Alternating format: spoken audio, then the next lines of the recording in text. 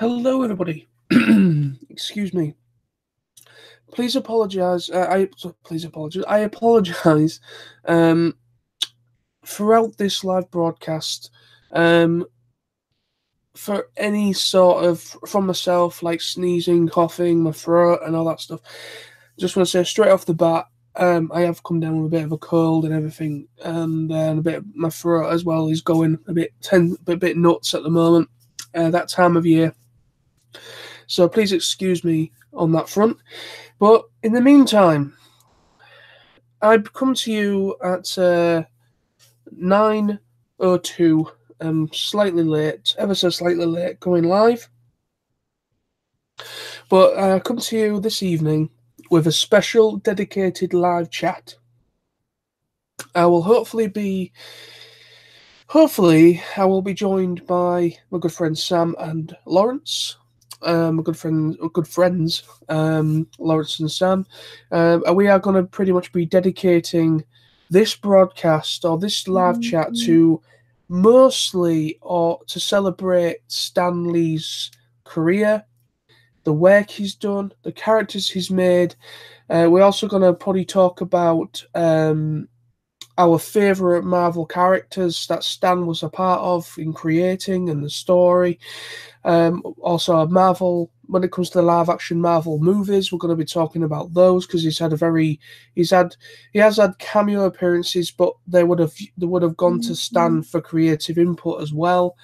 So he's had a lot of involvement within the Marvel brand ever since its conception, when it used to be known as Action Comics, I believe. And then it changed from Action Comics and then became Marvel. I believe that's true. If I'm wrong, I do apologise. I will be doing I will be going online as well to kind of make sure the information I'm talking about is right, because the last thing I want to do is shoot myself in the foot and kind of mess up. So I will be doing some sort of homework while we're live and while we're having a nice little chat about Stan, celebrating his life. Stan sadly passed away, I believe, earlier today, or the news broke earlier this evening, and he passed away at the age of 95. So anyways, so without further ado, I'm just going to send the link to Sam and Lawrence so that they can come along and join me. So let's go and do that.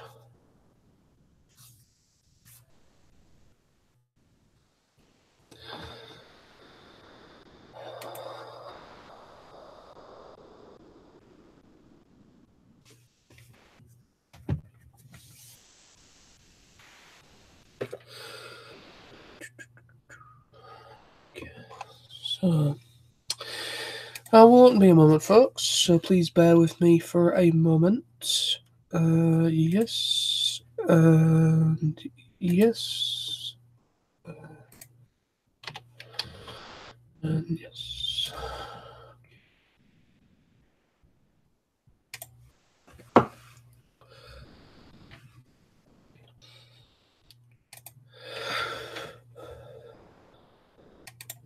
Right.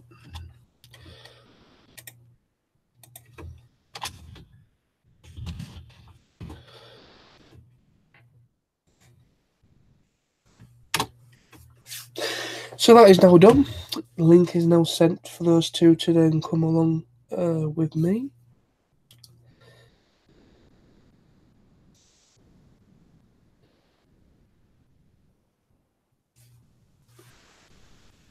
So, I've got the information up about Stan, and so pretty much he was in collab. We've got straight off the bat here. Oh, Sam. Hello, Sam. What a sad day, mate. It is a very sad day. We're going to wait until Lawrence gets on here so we can then really get into the nitty-gritty of what we're going to talk about. It is a sad day because I found out through Jared, Wolfgang 1, he basically put up on Facebook, "Rest in peace, Stan Lee," and I was like, Stan Lee? That's Stan Lee, you know? So I kind of did a bit of went on Google and I found out that it was literally about an hour and a half ago that the news broke. So it's very recent news. I think not even BBC News or anyone or the world news outlets have probably even got it yet. It's just at the moment on I found out through Hollywood Reporter. BBC News announced it about. Oh, so they have done it. They announced it about an hour ago. I got in, switched my phone on, and the first thing that popped up, it just said breaking news, Stan Lee, and I just thought, oh no. Just checked it, said, yeah, it literally got announced about 7:30 on BBC News. I mean, this day was coming, mate. Everyone knew it was. It wasn't well, but to lose him either way it's just painful in its own way. It is. It's sad. And a great man has left us, a man that there's only ever one man like him in a generation. That is true. You know, the contributions. The only thing is what's a bit weird, Sam. I'm currently live now. Oh, it is live. It's saying it's waiting. Oh no, we're all right.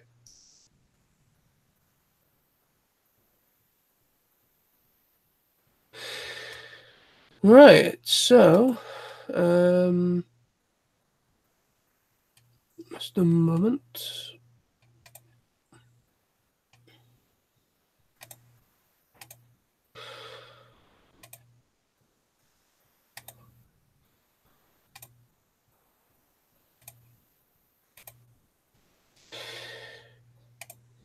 Okay. So, I'm just going to post this while we're waiting on Lawrence. I'm just going to post this on my Facebook and everywhere so people know where to come.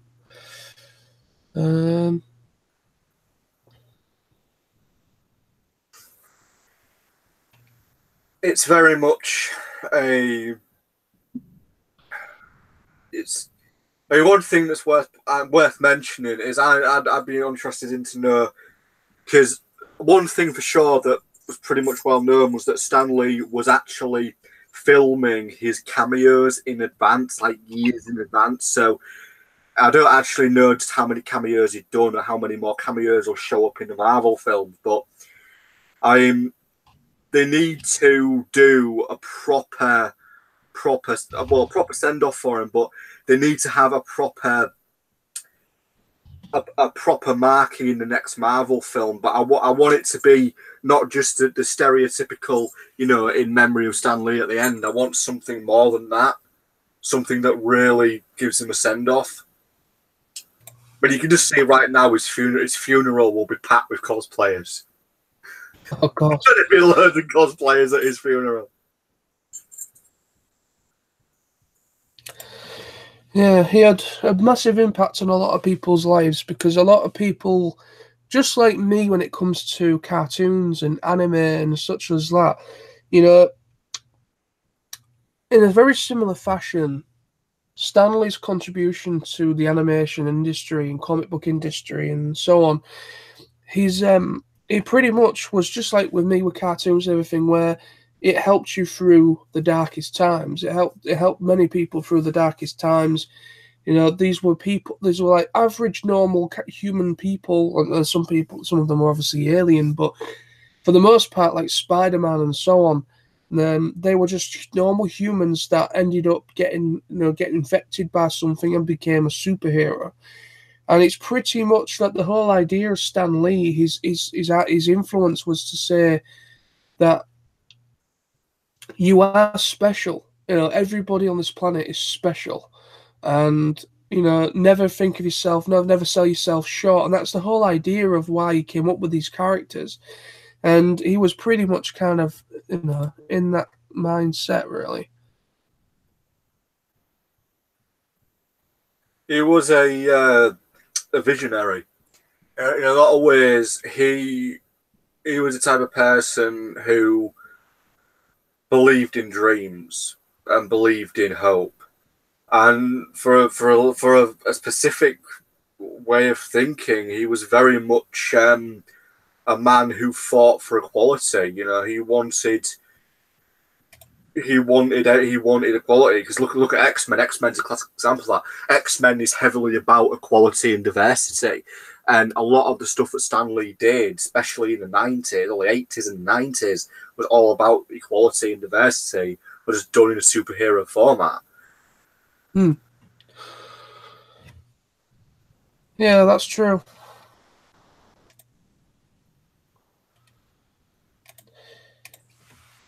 I'm gonna have to keep an eye on the live chat as well, because I'm getting a few people that are talking about pretty much repent. Superheroes are all a load of crap. Christ is the only person that for your salvation and all that stuff I'm getting at the moment on the live chat feed. So I laugh at that. So do I, and so would Stan, no doubt. So I've just blocked 2 people. So I'm going to have to keep an eye on that, because I'm getting a bit of hate speech here for no apparent reason. Is it a major sin to enjoy somebody's creativity? Is it a sin to get enjoyment out of a cartoon series or a comic book series? Nope, but in the eyes of some of these idiots, it is. How bloody wonderful.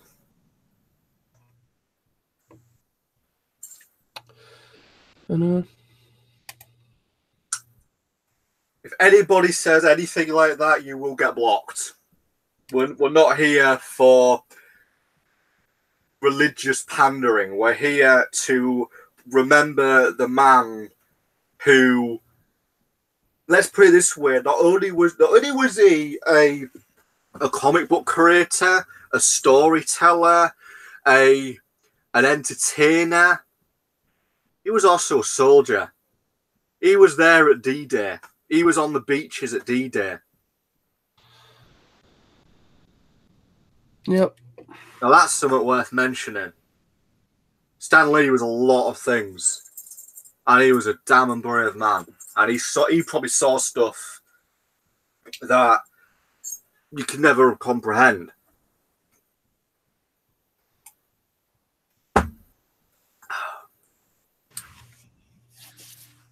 You're going to get him, mate. Look at all the bloody stuff that happened when Stephen Hawking died.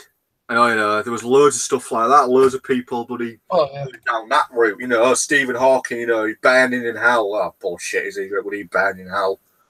Man like that did more in his life than any of us will ever do. And he just had his brain. Yeah.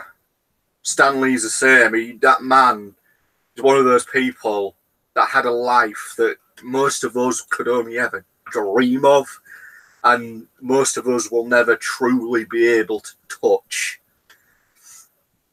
Now, I will admit, mate, I feel sad. I generally feel sad. I felt like bloody crying earlier when I read it in the news, and it's I've already done a YouTube video, mate. I don't know if you've seen it, but I've put one up about. I haven't seen it. Yeah, I've only literally just put it up to like maybe 20 minutes ago. Nothing major, just a little 3-minute thing. Just me, just really giving my condolences and all that. Oh God, we aren't. We're not knocking up a load of stuff, are we? Well, those I've just blocked, and I've just I've hidden from the live chat anyways. So, just FYI, if anyone is currently watching that have stupid tendencies like that, okay, everyone has the right to support a religion or believe in something, but people have the right to enjoy things as well. Support a religion. Oops. No, that's you. I'm going to keep an eye on the chat as well for you, mate. Just I'm keeping an eye on it as well. You got 2 eyes on it if you need it. Yeah. Well, like I say, those because I got two people that I think they're just simple trolls. I think because you get I've this. already got a comment on my video actually, just someone saying, "Yeah, can't believe he's gone. Rest in peace, Stan Lee." So, yeah, it'll start spreading. I mean, I think some people aren't aware of it yet because like it didn't hit mainstream news till probably just over an hour ago now. Before that, it was obviously stateside and it wasn't UK wide until within the last hour. So quite a few people probably don't even know about it. But the word will get round in the next 24 hours. But right, wow, it truly is a sad day, mate. And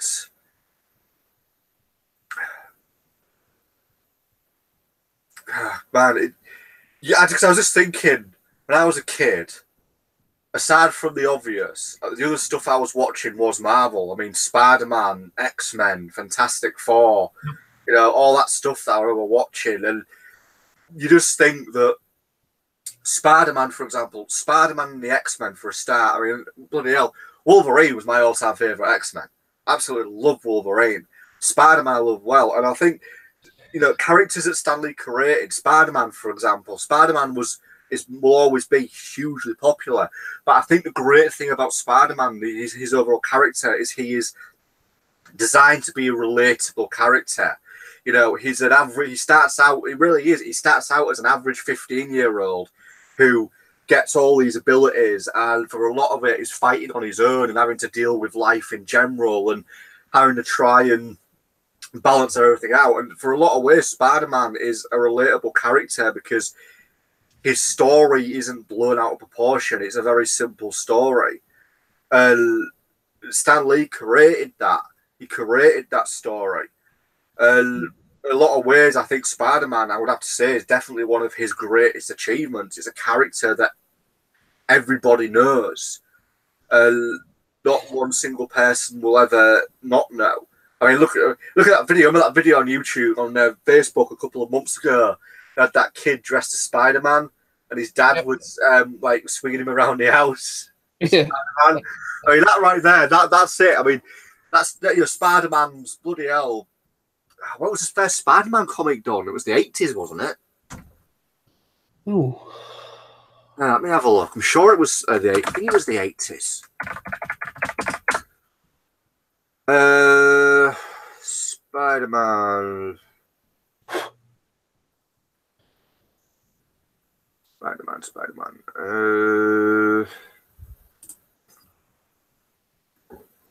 1962. That was his very first appearance. Was in Amazing Fantasy Comics, 1962.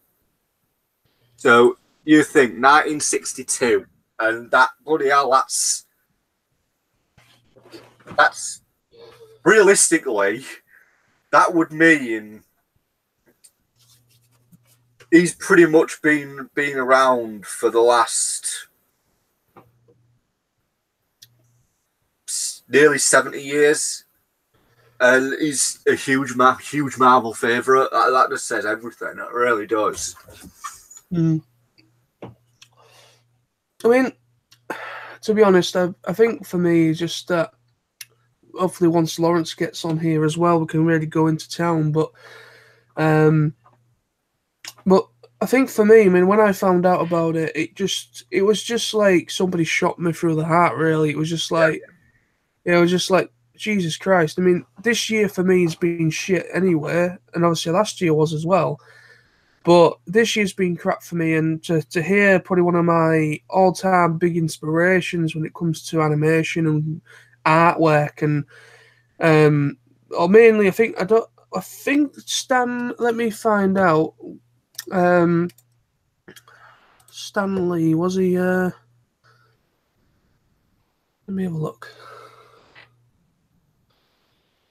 He's a comic book writer, editor, and publisher, right? So he was a writer and that. So, yeah, so pretty much all the stories that he wrote and these characters that he created and everything were a big part of my childhood and a lot of people's childhoods. I mean, the guy's been in the industry for probably, I think when he started, Well, he started the whole Marvel thing. He was part of the crew that started Marvel. But before that, was it known as Action Comics? Was it, or was that? That was another branch of it. Back in the old days, there was a lot of different comics that. I mean, Amazing Fantasy. A lot of Marvel characters started out in Amazing Fantasy, and eventually, it basically just kind of became Marvel Comics.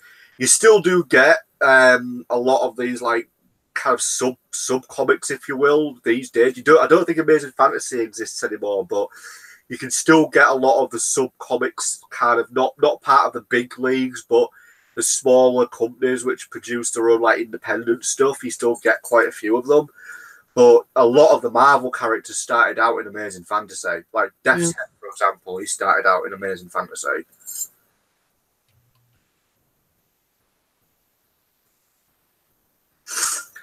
It's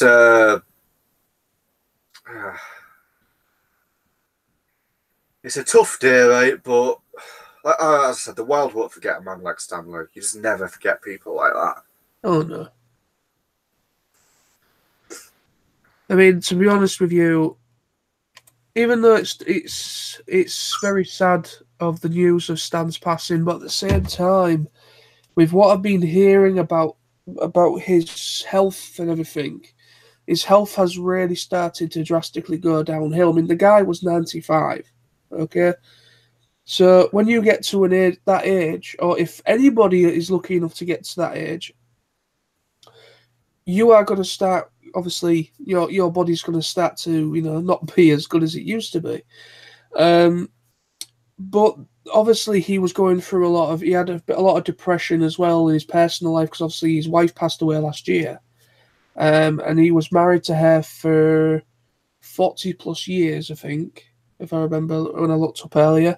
So his wife passed away last year, and he's never been the same since. He's been to comic conventions, he's met guests and fans, but he's met fans, but I don't know how true it is, but I will say this just once. I'm not really going to go into it anymore, because there was a little bit of a thing where there was like a bit of a crowd thing to kind of say, help for Stan Lee, because people thought he was being treated like crap at conventions by staff, and he was kind of apparently this. I don't know if it's true, or because I know Stan has been known for in the past to kind of, he's made some silly decisions, but also made some great decisions. And there's been a little bit of thingy around him in the past with how he's gone about certain things. But I don't know if this was just him saying this as like an excuse or what, or if this was legitimately what the thing that happened. But here's Lawrence, I think. I love the guy's thumbnail. I love his thumbnail. It's the type of thing you can look out the window. He's like looking at you.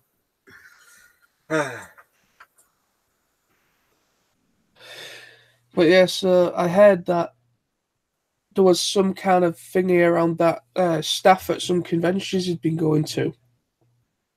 I don't know about every convention, but there was thingy about. There was. Hello? Hey, yeah, all right. Yeah. Lawrence. You're all right. How are you? Sad day, mate.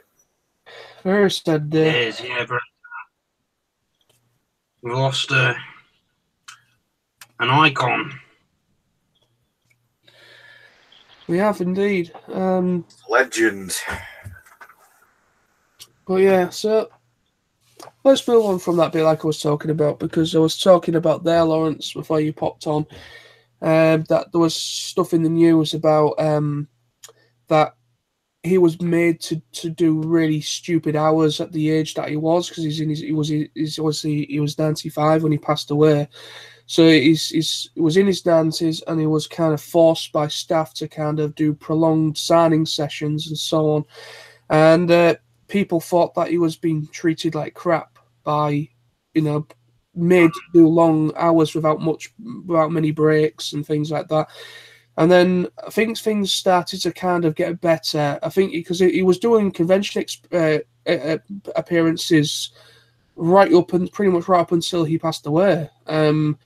Because I watched a video that was literally a few months ago, probably about 5 months ago, and he was at a convention in America, and Jason David Frank, it was a vlog that he did, Jason David Frank, and he met him for the first time there. So he's pretty much been doing convention appearances up to a good 5 or 6 months before his death. So it just shows you the guy was dedicated. He was still doing cameos, wasn't he, in films? He had a cameo in Venom. Yeah, pretty much everything that basically. I found out that Stan, he wasn't a comic book artist. I don't think he was a comic book writer, publisher, and editor. So pretty much his decisive opinion of what comic books to go through was pretty much his decisive decision. I mean, he collaborated with some great artists in the past as well, some real late greats that have sadly passed away as well, and some that are still obviously working for Marvel. So he's worked with some great artists to bring his stories and some of the characters and things that he's created for himself and brought to many kids that have enjoyed them for many years. Yeah, I mean, the earliest Marvel cartoon I've seen, I think I've watched some of the Spider-Man series from the first 1960s cartoon series. Yeah. That I think my dad and my uncle remember watching. Well, the thing is as well, I think obviously my mum remembered Spider-Man and Superman, and I know we're talking about DC there, but I'm going to try and keep Marvel really. But what I mean is just using that as an idea that the whole superhero thing's been around since the 30s, possibly. When I it think really became a main. My mum was a fan of the Incredible Hulk. Sorry? When she was young. My mum, I think she used to watch the first live-action Incredible Hulk series. Oh, right, cool. Yeah, because pretty much all the characters that have been made into live-action format now, such as Captain America, Iron Man, Hulk, X-Men, Fantastic Four, even though the films are crap, but yeah, I will digress. Spider-Man, yeah. All of these characters, Black Panther, Ant-Man, the Wasp, etc., etc., etc. All these characters. Yeah, pretty much all the characters that are now a part of the Marvel movie cinematic franchise and everything.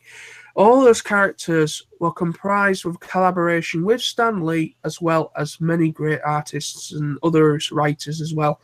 But really, it's just, I don't know. I don't know how much more I can really say about the guy, really. He was an incredible man. He fought for his country. He was there. Did you say he was at D-Day? D-Day landing? He was at the D-Day landings. I think he was at Omaha Beach, I believe. Yeah, so he served for his country. Served his country. So yeah, the thing is as well, I mean, like I was saying to Sam before you came on, Lawrence, his life, his health was really started to go downhill for the past maybe. He never slowed down, really, did he? He never properly retired. He didn't, no. Because the thing is, I don't think he did writing anymore. He was no longer. I don't think he was an editor or a writer anymore for Marvel. I think that part of his career he did retire from, but he never retired from the limelight. He never retired from his fans, for the people that appreciated his work. But I think he served mainly as like pretty much kind of like whenever they were coming up with like the Marvel movies, the cinematic universe, and the cartoon animated series and such based on the characters that he worked on, and characters he worked on and so on. All those characters, he pretty much served as kind of like a an advisor. You know, he kind of advised directors, advised writers on these movies and series as to how to approach things. And yeah, that's pretty much what he became afterwards. He became more or less like an advisor to the cinematic universe, hence why they put him in there to say thank you very much for your contribution. Thank you very much for your hard work. So that's why he's pretty much ever since the first Marvel films, he's pretty much been in every single film as a cameo. I think there's been maybe one film that he wasn't a part of, but I think it was because it was produced by, was it produced by Fox or Sony or something? But I don't know what it was, but I do remember there was a film that didn't have a cameo appearance by Stan Lee, but pretty much every other film did.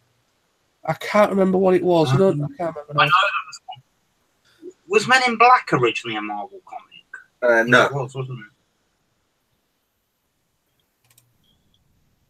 No, I don't think it's got anything to do with Marvel, I don't think. Let me have a look.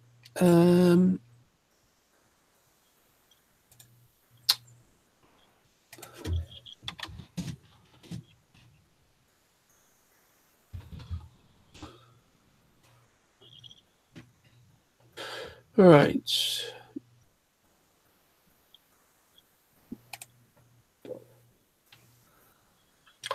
Right, Men in Black is based on,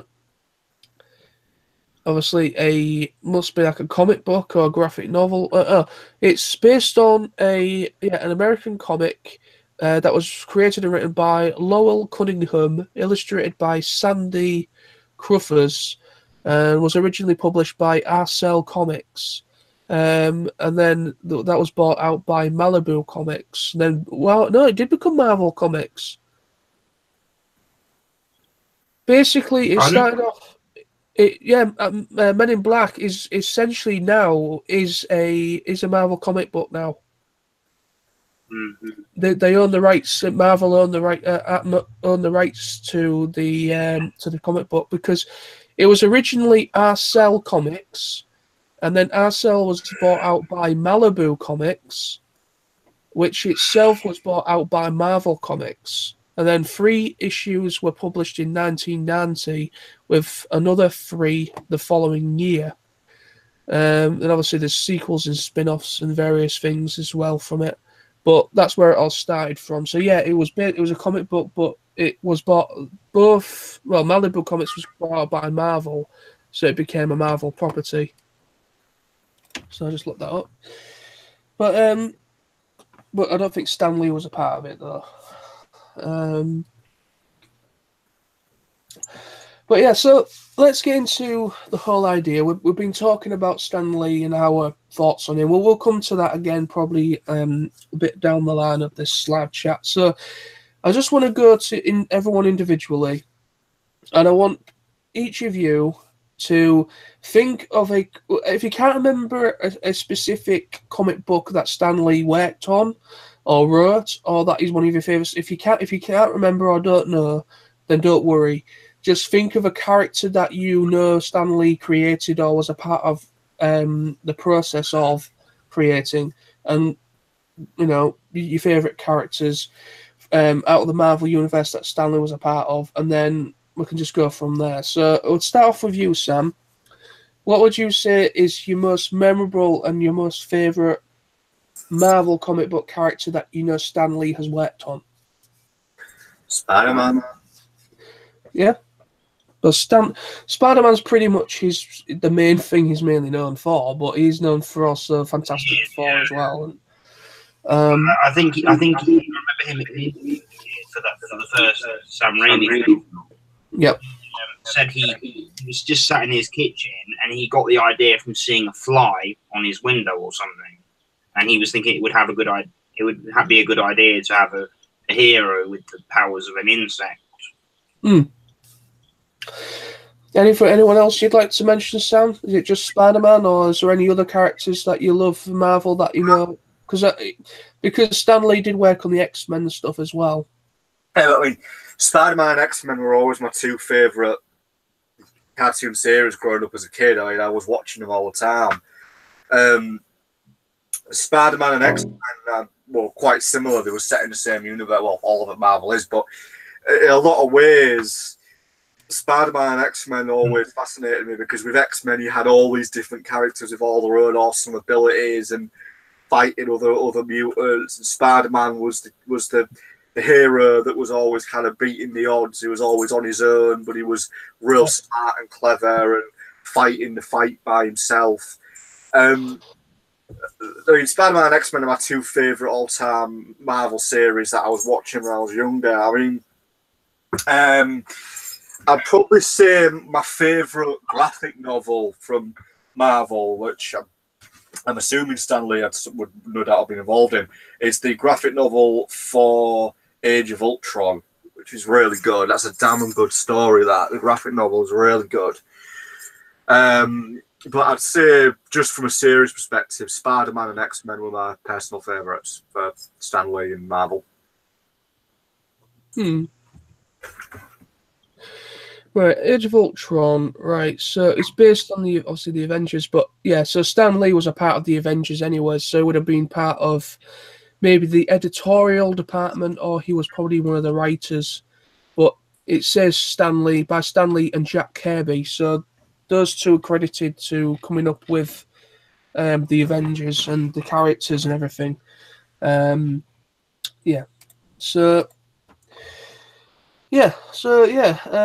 What about you, Lawrence? What would you say is your favourite Marvel character? I have to say, ultimately, it would be Spider-Man. The same as Sam, ultimately, because I until the first film came out, I never was huge on Marvel, but I did grow up, having a few Spider-Man things. I was always running around in the Spider-Man mask when I was a kid, and I do remember watching the all those series in the 90s. You had Spider-Man, X-Men, Hulk, Iron Man, that were all on Fox Kids, and Spider-Man was one I remembered the most, and then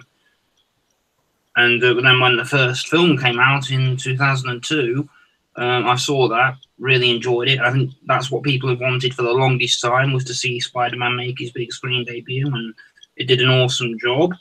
For me personally, for many reasons, what I found identifiable about Spider-Man was, he was a solo hero, even though in later storylines he does get assistance, from the other Marvel characters in some really good storylines. That you have at the end of the 90s series, you had the big the crossover wars, and then ultimately, and then what was it? Also, it's just the fact that he was a teenage kid, and I think many kids teenagers and children could identify with him as the kid that doesn't really fit in, stands out, does his own thing, is faced with problems and mysteries about his childhood, and that, coincidentally, he just happens to acquire these powers. And I like how, the storyline, splits between his, the two personas of Peter Parker and Spider-Man.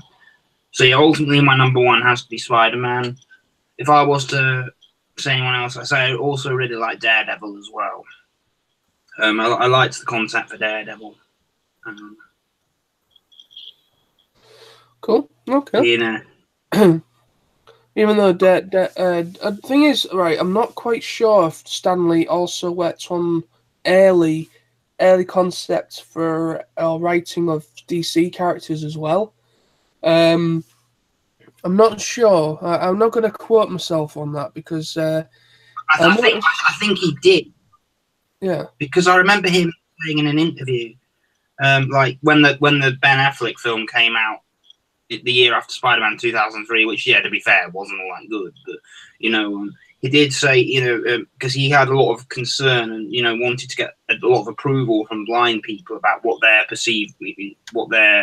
perception would be of there being a blind superhero, because ultimately a superhero would be able to do a lot of things that they can't actually do, but ultimately they got right behind him and they were very pleased with it. They found Daredevil, well, the blind people found Daredevil an icon for them. Yeah.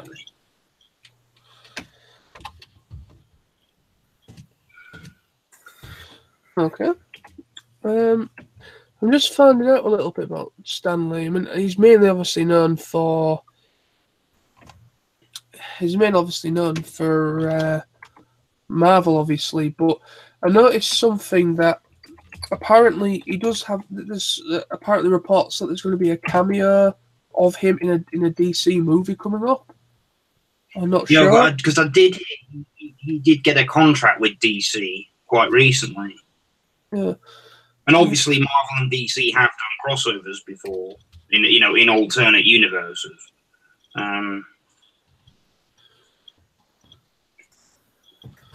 Okay, let's have a look. All right. Apparently, it was the first work for DC Comics by Stan Lee, co-creator of numerous popular Marvel Comics comic characters. Apparently, he reimagined several DC superheroes, including Superman, Batman, Wonder Woman, Green Lantern, Aquaman, and The Flash. So he was a part of. He kind of reimagined a lot of the DC main roster, which is interesting. I didn't know that. Well, that's the whole idea of this celebration, is to find out stuff we didn't know about and talk about it and have a chat about it, because that's what I believe he deserves that, really. But yeah, so that I'll answer my own question now. Basically, I would have to say, excuse me, bloody bunned up nose and everything. Tried to talk, it's bloody crap. Right. Basically, when I was obviously a kid growing up in the 90s, a lot of stuff was rerun from like stuff that was probably shown in the 80s. But when I was a kid, I remember growing up with the 90s or the whatever, maybe, I don't know if it is, I think it was the 90s Spider-Man cartoon, which was on Fox Kids. I remember growing up with the Fox Kids version, what was on Fox Kids, the Spider-Man 90s series. I call it the 90s series because it seemed to air in the 90s, but it could be a rerun, I don't know. But anyway, so I grew up with that, so I really enjoyed that series, and that is my favourite adaptation of the Spider-Man character, because in that series you had all of them. You had obviously that you had all of the villains. You had Venom in there. You had a lot of great characters that got me really into that side of that story. And then also from there, I grew up with that. But then I also grew up with a lot of like the Iron Man animated series that aired in the 90s or re-aired, whatever. Hulk as well. So I grew up, and obviously X-Men, because X-Men was on Fox Kids as well. So pretty much Fox Kids pretty much was the place for me when it came to my Marvel entertainment. Because yeah, as a kid, I loved X-Men. Wolverine's my favourite X-Men character, always has been, and always will be. Second is Deadpool, because Deadpool is similar to Wolverine when it comes to his healing factor, but yet he's more advanced. But I just like Deadpool because he's a sarcastic idiot, but yet he's so freaking awesome. But yeah, it's I love, because obviously Stanley was a part of Deadpool as well. I believe maybe as an editor, maybe a writer, I'm not sure, but he had a cameo appearance in both films. So he must be credited somewhere with the creation of Deadpool, even though he didn't create it. He must have probably been part of the editorial side of it. But yeah, it was. I just love Wolverine. I absolutely love Wolverine and the X-Men concept, and I really, really love. I mean, like when it comes to, like I say, for me, I will say this quickly because it has to be said. I'm not as well versed when it comes to the comic books. I know Stan Lee, obviously, he's known for writing and being a writer and obviously writer and editor mainly at Marvel, and he was the one that concepted and one of two that was like, he was a co-founder of Marvel as well. So he's pretty much been a part of Marvel since its conception, and also he was working for a company before Marvel. So he's pretty much been there from the beginning, almost from the beginning of the superhero thing. But yeah, I think for me, I will have to say, I mean, Spider-Man, um, Spider-Man, X-Men, and the animated series, and all those stuff that was on Fox Kids aired on Fox Kids for me at the time, is my most memorable stuff. But like I said, I'm not as well versed with the comic books because as a kid, I didn't really read many comic books at all. I didn't read properly at all because when I was a kid, I had problems with reading and understanding words. Because obviously, yeah, so I got my entertainment through the visual spectrum, which was watching cartoons, and that's pretty much where I stand. But now that I'm older, I obviously, through school and everything, I am better at reading. I'm better at writing. I understand words better, and I am much better now. But when I was a kid, I was quite behind other students in my class in the same year, so I had to have extra help as a kid.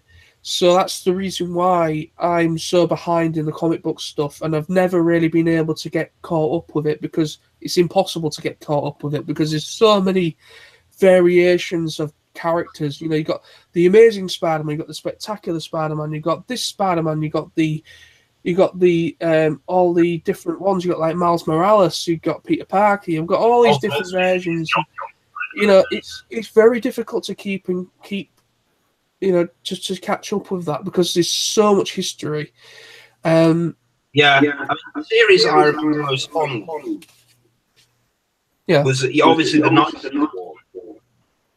And then you had, after year after that finished on Fox Kids, then they did Spider-Man Unlimited. Yeah. Yep. What else can I say? But yeah, pretty much characters that Stan Lee, mainly from the comic book side, that he was a part of. That so I believe he was also part of the production of a lot of the animated cartoons in the 90s as well. Because I think he was mainly kind of like an advisor. I think he acted like an advisor to the animation department in Marvel. So pretty much he was obviously the one of the head editors for the comics side, but he also served as an advisor for the entertainment side, which is for media, But yeah, so for me, I would have to say, just to wrap this question up, I'll just say, just to round it all off, Spider-Man, X-Men, all those series were my two favourites growing up. Obviously, I enjoyed the series, the 90s, well, the one that aired in the 90s anyway, the Hulk one, and obviously had She-Hulk in that as well. I really enjoyed that, and I liked the Grey Hulk. Yeah. So I really, really enjoyed that stuff. So I would have to say they are my favourite characters from the Marvel brand. I mean, I have loads of favourite characters from the Marvel brand, but the ones that really step out and that I really kind of enjoyed the most were mainly from X-Men and Spider-Man, because I love Venom. Because Venom is an anti-hero. He's not bad. He was not evil, and he's not good. He's not good, and he's not evil. He's in between. He's a rogue. He's a rogue character, and I've always been drawn to rogue characters. Hence why I love Deadpool. Hence why I love Wolverine. Even though Wolverine's part of the X-Men, but yet his mindset is he's his own beast. He's his own person, and he will go and do his own missions on his own without the support of the X-Men. He doesn't give a shit. Especially the one from the series, anyways, because there's different versions, but obviously, But yeah, I just love that. But anyway, so right, what else can we talk about? Other questions. Okay, I'll say this one. Individual answer again.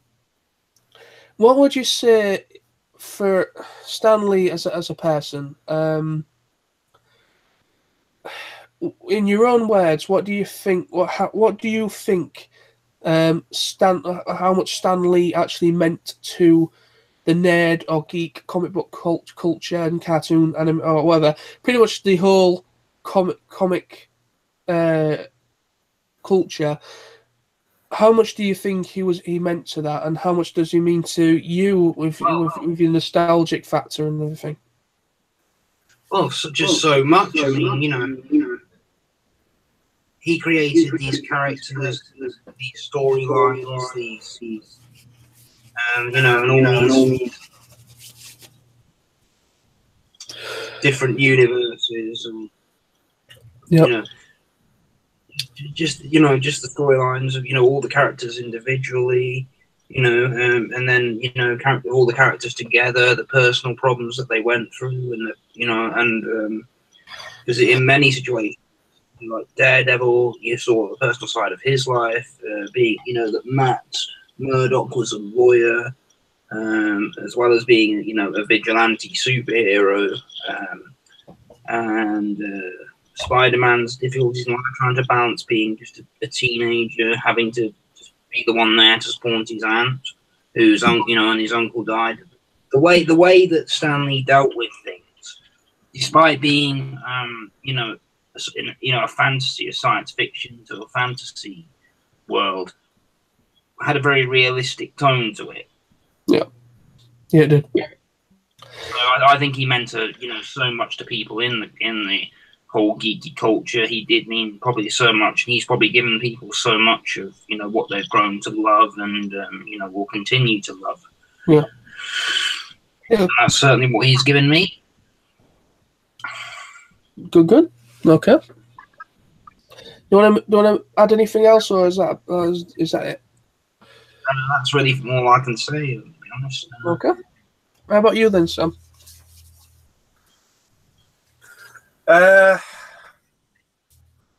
Well, I know there's a lot more I can really add. I mean, he is responsible in a lot of ways for the creation of geek culture, the fan base, if you will. He's responsible for almost 60 years worth of characters and stories and comics, and he's given the world a lot. And for me, I think you always had somebody, your hero, you could relate to. I mean, I remember buying the Spider-Man. I was about 9 or 10, buying the Spider-Man web shooting gloves. They were basically, all they were was the Spider-Man gloves you put on, and you had little cans of white silly string attached to them, and you could do the Spider-Man gesture and you'd shoot it out. And, it's just little things like that gave people enjoyment in their lives, and Stan Lee did provide that. From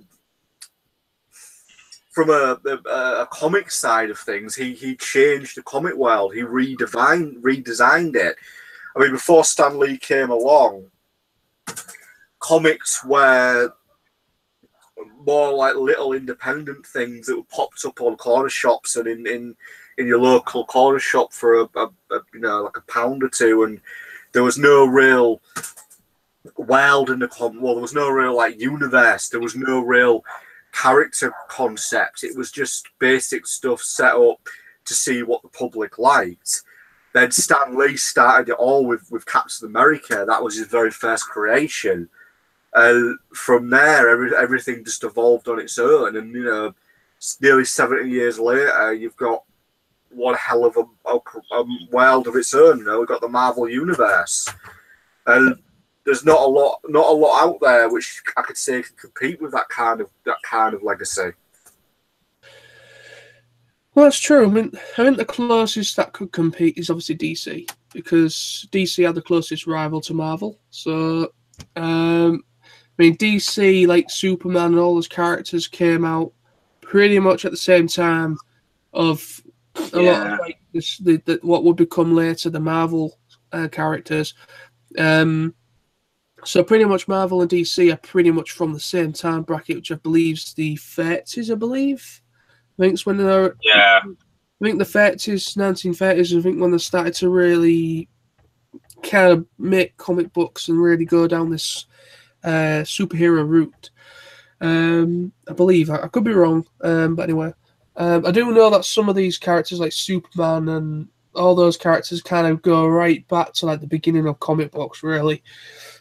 So, Okay, so my answer to that would be pretty much what you two have said is pretty much sums up what I would say is that is a big inspiration for many, to myself, to you two, to everyone that's probably watching this. He's a big influence to anyone. I don't care what people may say. People might say, oh, I don't like Marvel too much, but yeah, okay. Not everybody likes a superhero thing. Not everybody appreciates comic books. Not everyone appreciates cartoons when they get older. They prefer different things. You know, everybody matures. Everybody kind of go different routes, but everyone, you know, speaking for myself here, I've always clung on.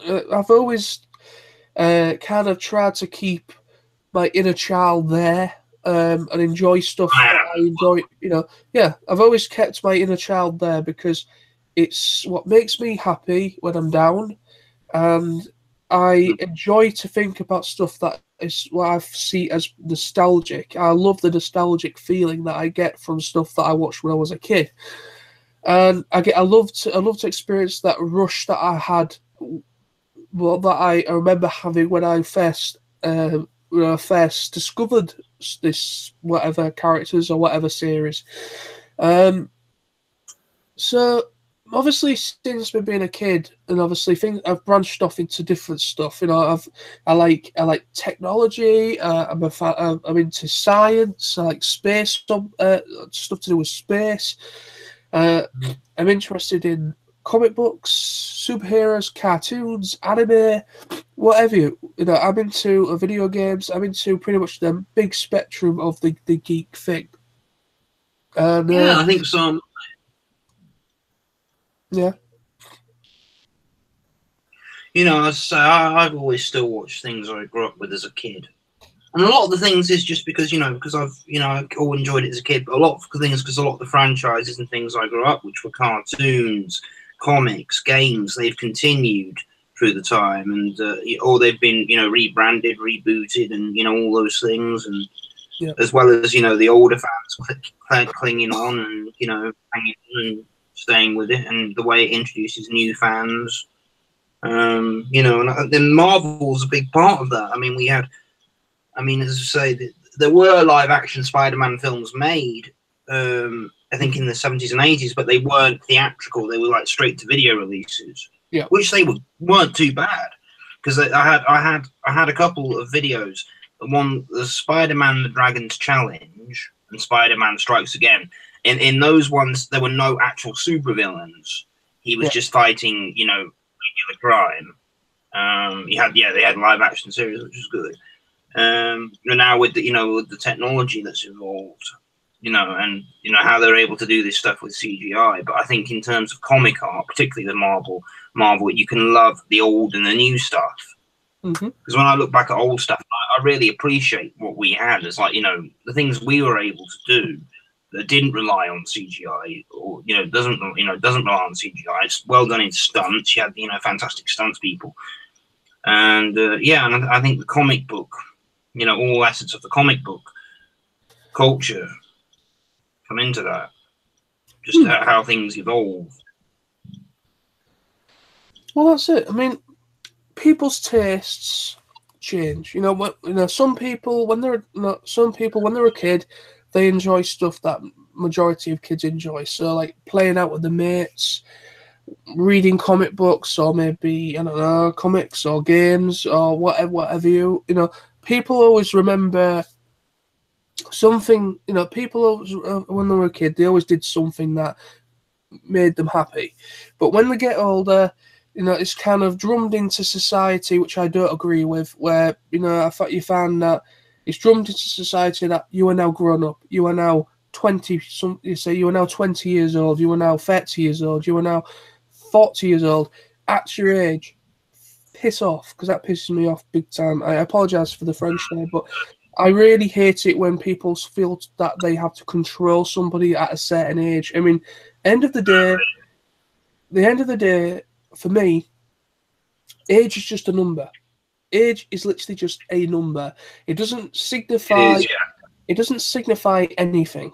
It just signifies that you are just getting a bit older. You are 40 years old. It doesn't mean that you can't enjoy stuff that you used to enjoy when you was a child or when you was younger in your teens or whatever.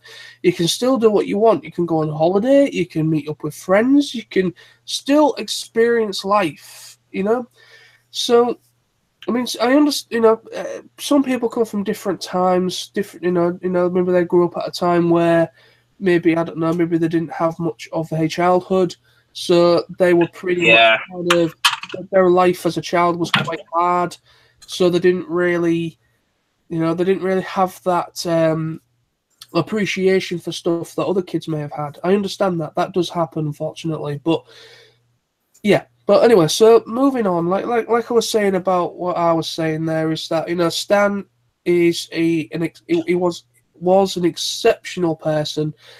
He fought a lot of his fans. He fought a lot of the company. Yeah, there was some things that some decisions that didn't go his way, but for the most part, everything pretty much went his way, But yeah, I mean, I wish I could have met the guy. I really do, because I had the opportunity. Yeah, I had the opportunity to do so a couple of years ago when I discovered he was going to a convention in America, and I was like, could I possibly afford to do this? I unfortunately couldn't in the end, and I feel I kind of kick myself now that I wish I'd at least seen him once or met him once. Seeing people posting up the pictures of meeting him at conventions, some celebrity, kind of like, they're there at a convention and they've met Stan the man himself as well. But, I wish I'd met the guy, and I wish I'd just shook his hand and said thank you for everything, and feel happy that I at least gave him those words to make him feel good. Well, it's just he was really the nicest. He was the nicest man. Yeah, when you spoke to him, when the most down to earth man. I think he was always like a kid at heart. Really, I think he was pretty much, because when people that work in the comic book industry, the comic book or cartoons or whatever in that industry, they are big kids. They They grew up at a time, because most of the time, why comic books happened in the first place was because there was a lot of uncertainty at a certain point in history where, there was, uncertainty about futures and, stuff like that. And the whole idea of the comic book thing was to try and help kids feel better, try to help not just kids, but kids. Well, they were aimed at kids, but obviously we know that throughout history, even adults read comic books from time to time.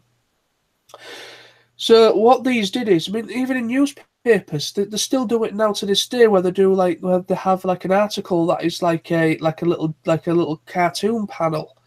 They don't do it so much anymore, but it is still done, where they kind of have like a page in a newspaper that is literally just all little cartoon strips, and so that's pretty much kind of like started. I think that's what some comics started, didn't they? They were printed as strips in newspapers. Exactly, that's where it all started, and then it branched out into its own spectrum. It really helped people that were maybe depressed, helped kids kind of come together, make friends, play, have fun, and also, that's the whole idea of the whole conception or whatever, or have you will, of the comic book. That was the whole idea, and that's just so. But over time, it's literally just become a big phenomenon all over the world, Yeah, it has. I mean, those characters, all those characters, both the heroes and the villains, they were very identifiable. They had great stories. There was character development. In every Marvel story, there's been immense character development. It's just the best thing. It was the best form of entertainment. What comes out of comics, really. I mean, saying that I love video games, and obviously now, since the beginning of the whole video games, and they bought, they adapted comic characters into video games, And you know, I remember playing the Spider-Man game based on the '90s series on the PS1. Yep. Then you had, yeah, you know, a lot of the, you know, I found that a lot of the comic book games I played, which were mostly either Marvel ones or anime ones. I've got a couple of Batman games, which are fun, but I loved playing. I mean, you know, and I'm still yet to play that PS4 Spider-Man game. So yeah, like I say, you know, as you get older, you know, your interests and you branch out to different things, and that's life. You know, you that's the whole idea of progressing in life, and you know, obviously, in reality, when you get older, you have to go to work and you have to earn money. That can be very stressful as well. So that's why I try to keep hold of that nostalgic feeling that I get from cartoons or whatever. I mean, like I said, obviously we're live, but nobody would have seen that if they've just joined us now. But like I was saying earlier on in the live feed,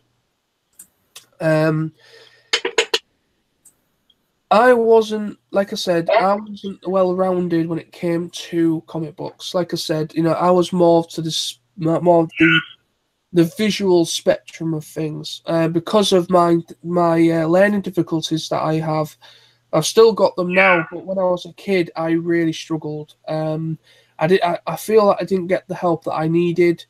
you're the only one, mate. You're not the only one, mate. I kind of know exactly how you're feeling. Yeah, I feel I didn't get the help that I needed properly. Even though there was some teachers that understood my condition, what I had, and did try to help, and I did really well in those subjects, funnily enough. But when it comes to other things, such as like when it came to like exercise, like PE, I struggled with PE because I struggled with my balance.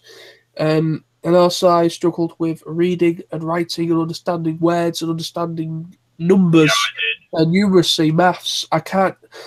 That is the only thing I struggle with is maths. Everything else I'm fine with, but maths I cannot get my head around at all. So have you retaken your maths since I have. Oh yeah, since school I have done. I went on a Learn Direct course about maybe 6 or so years ago now. So I went on a Learn Direct course. Yeah, so I went on a Learn Direct course and I did adult numeracy and adult literacy. But it didn't really help me because I still kind of struggled with the maths. But yeah, I got the certificate. I'm doing my maths now, and I've been redoing my maths now for a couple of years, and we're getting up to we're getting closer to where I want to get to, which is ideally level 2 at GCSE, but it is getting difficult, and I'm having to refresh myself with the subjects I was never that good at. I mean, when I left school, I couldn't believe by the time I finished school, I had almost 5 GCSEs, 4.5. I had two C grades for science. I got a C in English, which was good, and I got RE as a C, which was like for half a GCSE at the time. And then the rest, mainly I got was what was it? I got like D's and stuff for IT and art and design. The maths was my lowest one. Yeah. Well, like I say, I mean that's why it's everyone in this world unfortunately has their strengths. Everyone has their strengths and have their weaknesses. Yeah. In some areas, in some forms, people shine, but in others, people don't shine so much, and that is life. Everyone has their strengths and weaknesses, and I think that's also with the reason why I really invested my time, mostly as a kid and also up to now. I invest my time as much as possible in cartoons, movies, animation, or whatever. video games, I immerse myself in those realms still because it helps me kind of think, right, okay, life ain't so bad at the moment. Life ain't so bad at this moment in time because I can now forget about that crap and think good things and think good thoughts and feel good. That as well. I mean, yeah, I mean, I still watch cartoons and stuff. I like them again. Obviously, with the anime genre and many things, like anime, you've got adult-friendly anime and things like that. I still watch all the family-friendly stuff that I grew up with. I have taken interest in, the more mature anime. But other interests I've got. So obviously, I've got my music as my creative. I think that's my creative strength, my talent. I mean, look at John, with you and your art, you're really good. I've been looking, in your art group, and you've got some really good stuff in there. Well, thank you very much. I mean, to be honest, art was always something I was interested in as a kid as well. Mainly, again, through I got inspired from cartoons. Because with me being more of a visual person, I think it kind of rubbed off on me. I think it rubbed off on me more visuals than writing did, and that's just me. Everyone's different. Like Sam is much more. Yeah, okay. Sam is a creative person, but from what I can gather, Say, Sam, you like your writing and stuff, don't you? You write a lot. Yeah, well, that's like what I was about to say. Because I think Sam, I would say, is, when it comes to writing, and reading is his strong suit. But as for me, it's a bit more of a visual thing. But in recent years, I have come to appreciate books and comics and manga and things like that. So I have started to read a bit more in recent years. But Sam is much more switched on when it comes to reading. I mean, I don't know how he does it, because some of the books he's got are like, how the hell can you read that damn book? It's too big, too long. And plus it doesn't have pictures in it. I need a picture book because I'm 5-year-old mentally. Anyway. But the thing is, I love books now because I actually listen to a lot of audio books because I struggle with reading quite a bit. But I listen to a lot of audio books now. And when I'm listening to them, it's very easy for me to relax and sort of picture the story that I'm hearing. Yeah.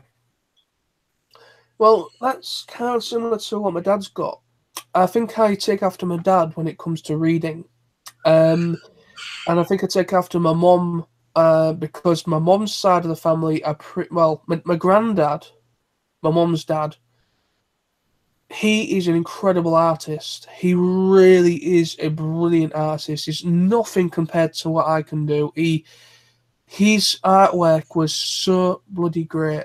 And it kind of like, when my mum was born, my mum kind of got the creative gene, and she was pretty good at drawing when she was younger. She was really good, and she got the art book as well. When I think I got that from my mum. I think I got the creative art side, visual side from my mum. But when it came to my weaknesses when it comes to reading, because my dad, he struggles with reading over a prolonged time. So my dad used to read the paper, and that's pretty much it. My dad would just read the paper, and then as soon as he read the paper, he'd be asleep. Reading would put my dad to sleep. He couldn't. For a prolonged time, he couldn't pick up a book and read a book from cover to cover properly, because he literally would read the first few pages and he would nod off, and that would be it. And the book would go down; it would not be read again. And that's pretty much where I was like as a kid. I found it very difficult, and in some circumstances, I still find it difficult now to focus on a book and to appreciate what it's trying to say, and to concentrate, because I do have a problem with concentration. I think that's where it lies with reading. I think I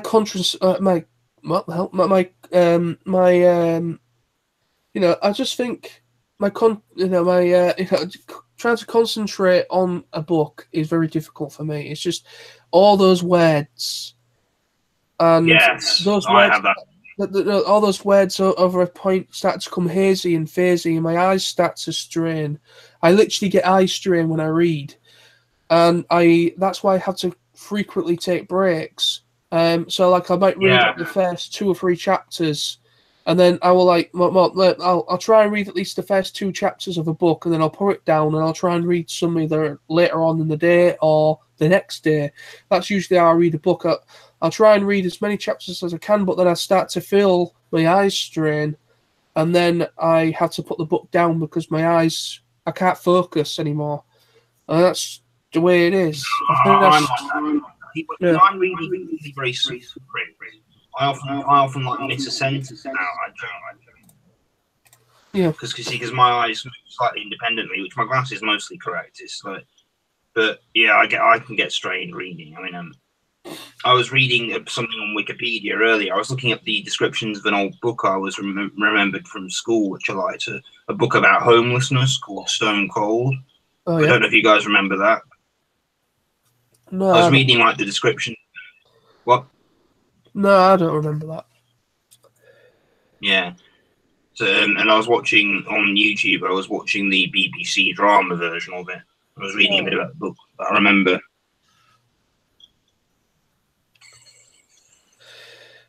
How about you then, Sam? Sam's been kind of like, we've been talking about Sam in third person, and Sam's just sat there like, I know, I'm gloating in my self-importance. I'm so awesome.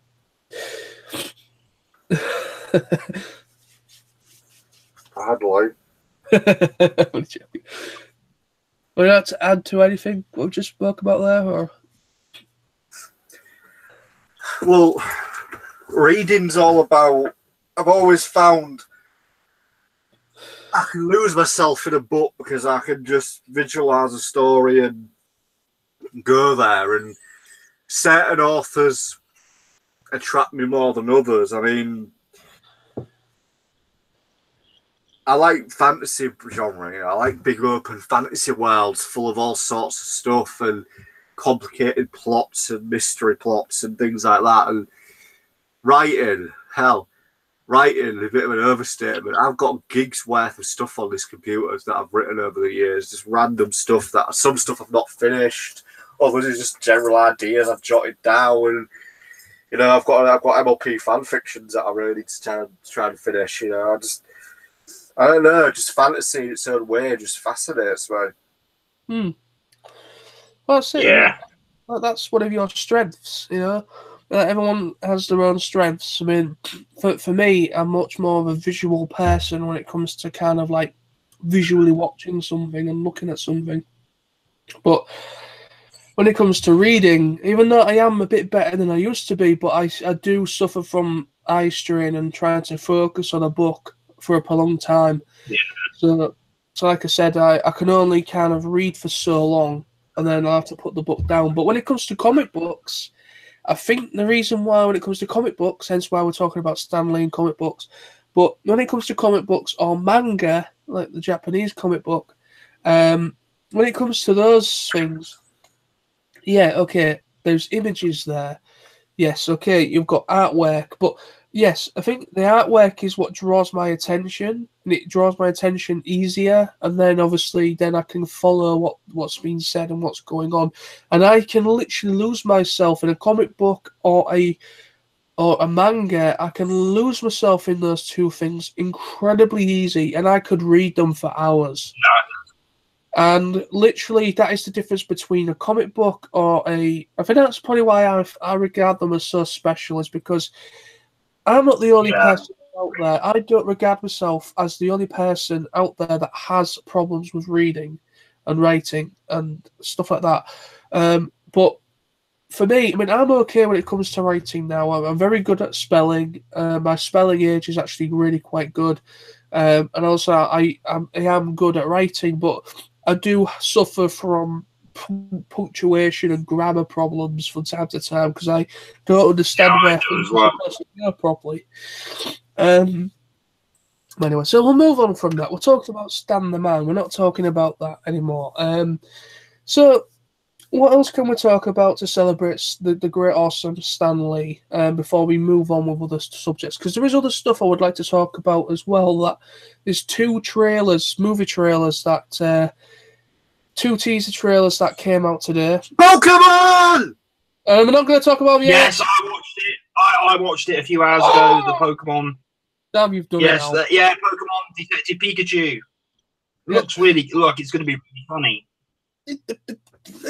We'll talk about that stuff in a moment. But let's end on the But anyway, so let's just end on a sad note. First note of Stan the Man. Let's just individually. I'll start off, and then each of you can say your last parting words to the great man that is and was Stan Bush.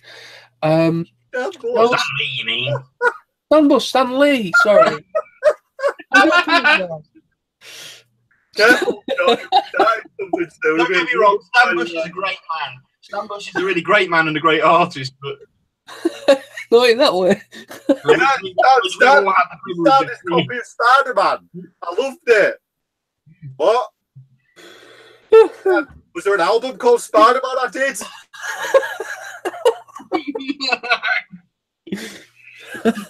He was just in Stan Bush is dead, according to this idiot from Hessel. Oh god, it's on the internet as well. So there's going to be, you watch later today, but like news report, guy on the internet on a live chat says Stan Bush is dead. No, he's not. Get a call from Billy. Nosey. Yes, Billy. Stan Bush is dead. Oh god, no. Yes, and I'm his attorney, so I'm going to rip you out, Nosey. How dare you say he was dead? So let's. Okay, so Stan Lee, the man, Stan Lee. So, the last parting words I will say about the man is that, you know, he was an incredible role model. He was an incredibly creative and gifted individual that brought great stories, great characters to many, many people around the world. You know, his editorial picks, his decisions and writing, and also when it came to kind of marketing and co-founding Marvel Comics, that has become a big global brand in recent years. You know, he is a very special person to many people within the comic geek fandom. So I appreciate his work, and I just want to dedicate this. I just want to say this really quickly and say thank you very much to Stan for the great contribution to comic books. You reimagined the whole brand for many of us, and it was, you know, it's very to think of a world without Stan Lee. I almost said Stan Bush again. Thinking of a world without Stan Lee is a bit overwhelming, because I never thought the guy would die. I thought he would be a stubborn guy that would probably end up kind of always there, you know. But yeah, I think we all did, didn't we? I was just thinking, oh God, I hope, I just hope he's, around for, longer and longer, really. I just, hope he keeps going. And despite, everyone eventually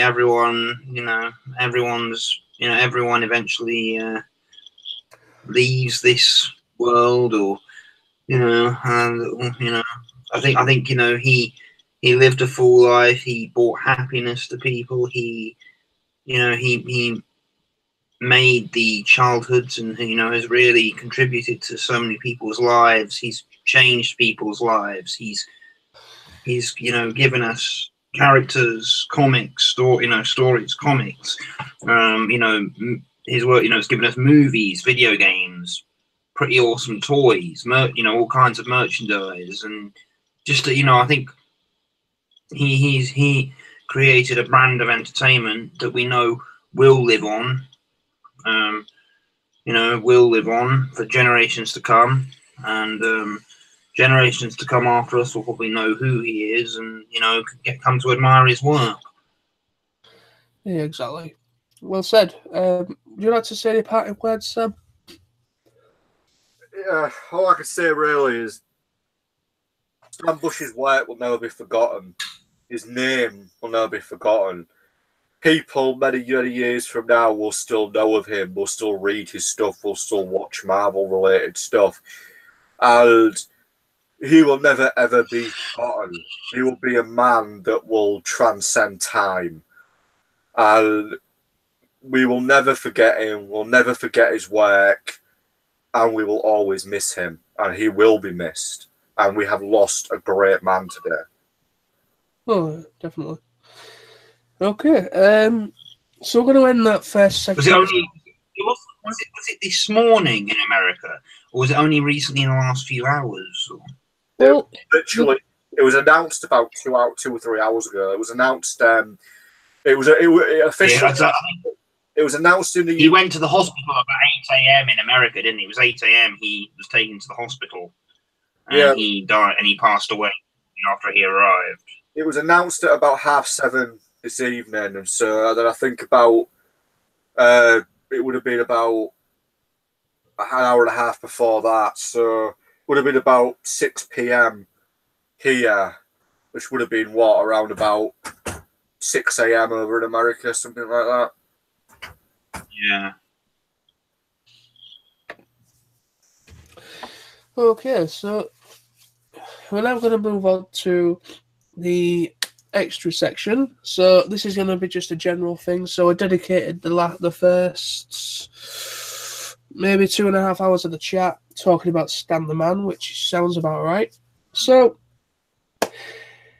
there's a couple of little trailers. We kind of had a bit of an outburst from Lawrence and Sam simultaneously. I think they must have come in excitement of something. I don't know what it was all about. There's something called Pokemon. I don't know what that is. And there's something called Toy Story 4.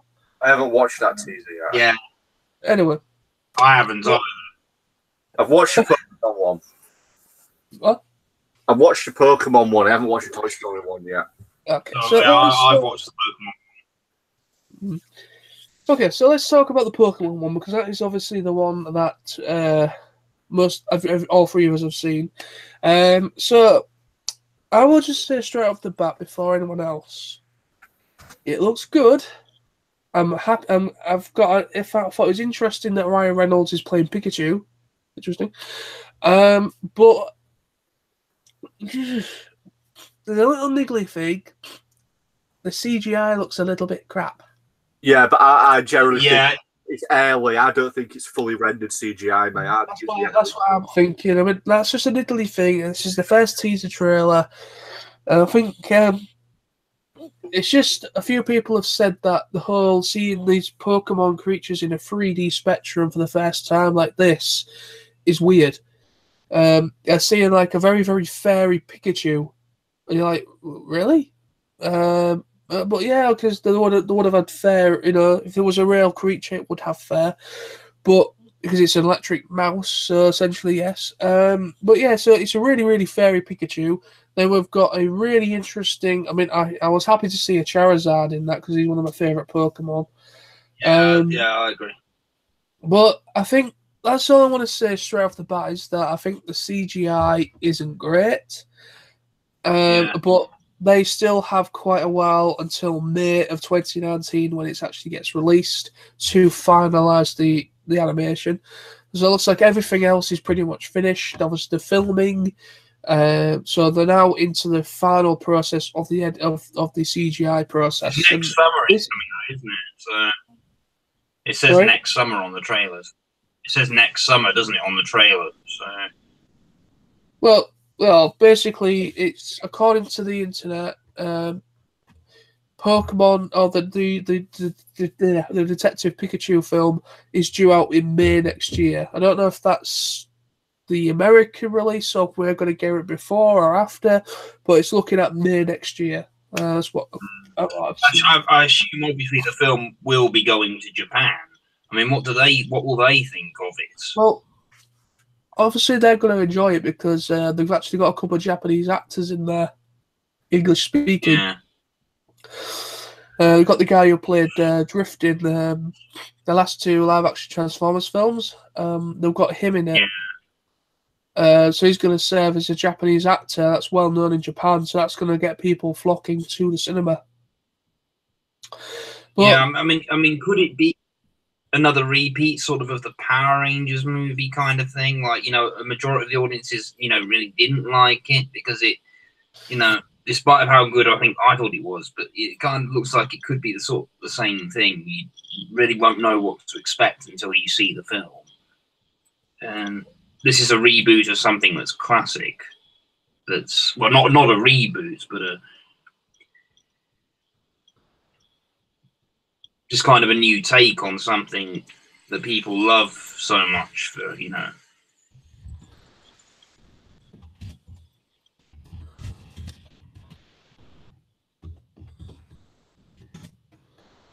Yeah.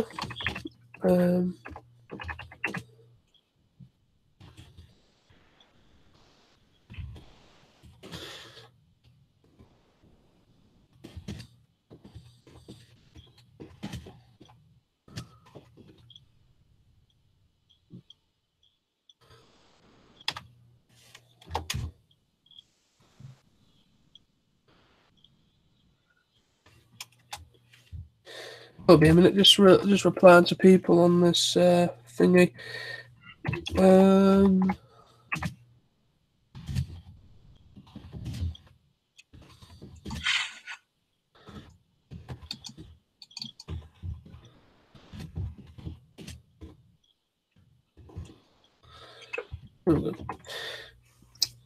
Anyway, so let's get back to this. So yeah, I think for me, I think I know that obviously this is a Stanley special and everything. So essentially, without going on to a different part of it, so people that are kind of just coming into this, I think, right, you're talking about Pokemon in a Stan Lee thing, but we've spoken about Stan Lee already. That was at the beginning. We're now going into the next part, the latter end of it, the last whatever, just talking about whatever. We've had nearly good 2 hours of talking about Stan, his work, the characters that are more influential to us that he worked or that he was a part of, etc. So that's just the people that are watching right now. We have spoken about Stan Lee. We haven't forgotten about him. It's just this is the next section to this live broadcast. But once this isn't live anymore, you will see where I'm coming from. All right. So yeah, Detective Pikachu. So yeah, I mean, like I was saying, just to round things off there, is that I'm happy that we've finally got a live action Pokemon film. I mean, the idea of a live action Pokemon film has been kind of in the rumor mill now for a long time, and there's been some false yes, it's happening, but nothing's actually happened. And then when I found out that they're going to do a live action based on the game of the Detective Pikachu game, I was kind of like, I'm not too sure. But watching this teaser, I will agree they have put a lot of time and effort into the cityscape. But if you notice that they've kind of put more focus into the game universe of Pokemon rather than the anime, but they have got some references there to the anime itself. Yeah. But yeah, I'm just happy to see a Pokemon live action film happen. It's just for me at the moment, yes, it's early stage, very early stage. That they've got this. Well, I think the CGI elements aren't very great. I just think, and I just think the textures need to be a bit more refined. And you can tell they're not real. That's the thing. You can tell they're not real.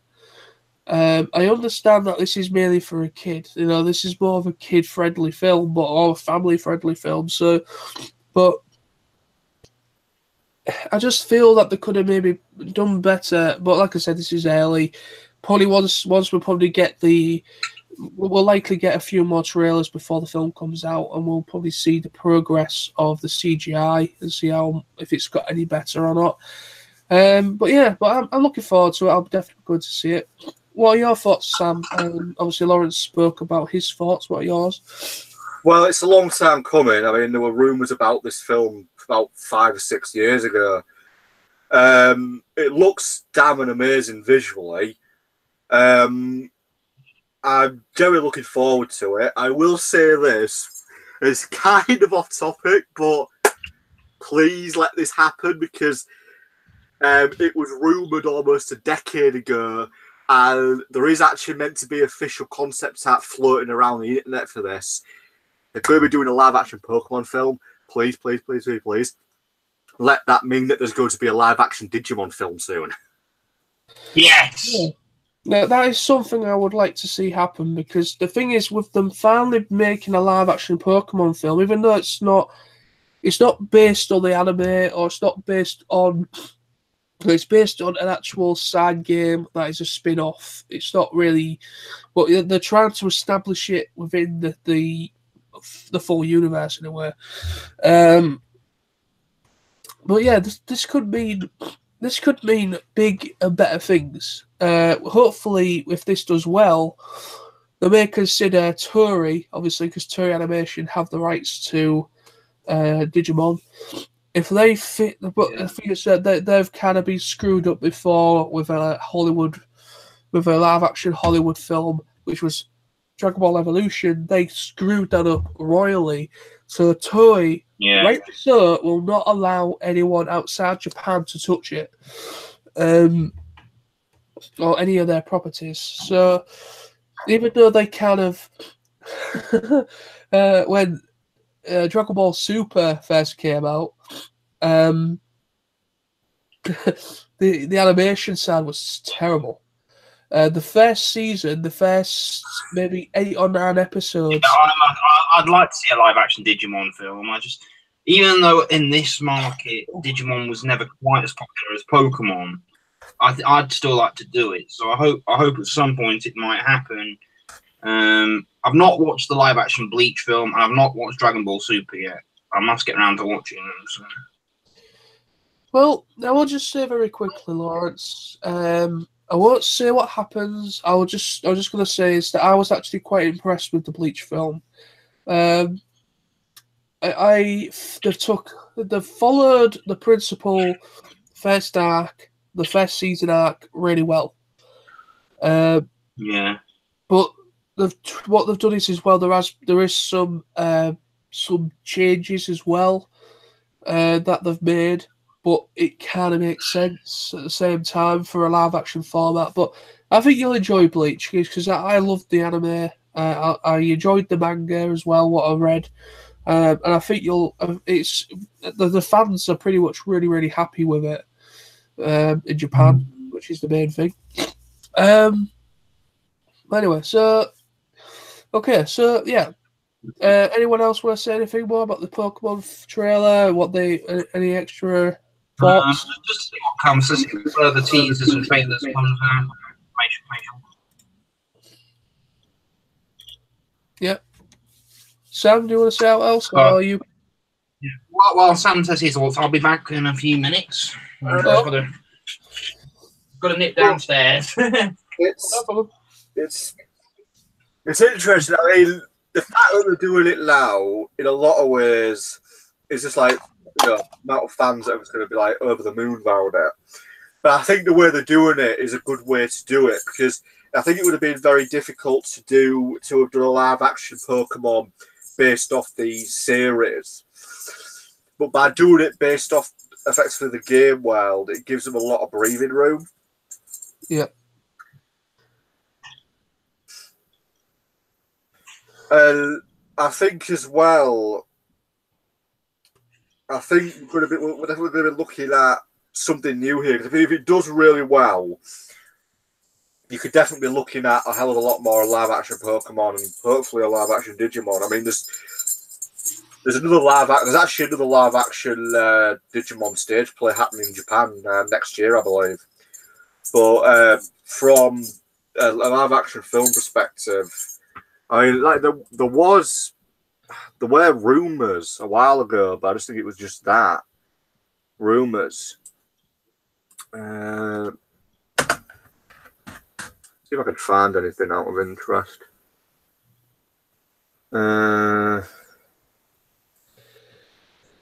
What's this? Oh, yeah, that's the yeah.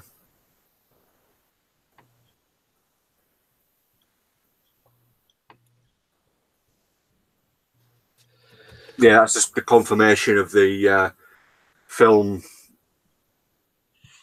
Yeah, that's not.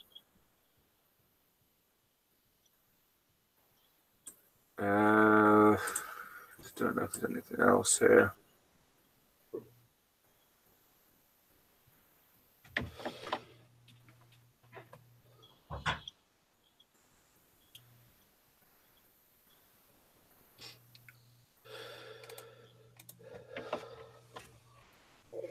I mean, there is interest in a live-action Digimon film,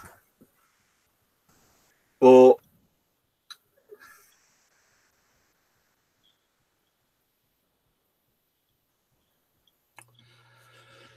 Yeah, I don't know that interest has been mentioned about it, but nothing has been concrete.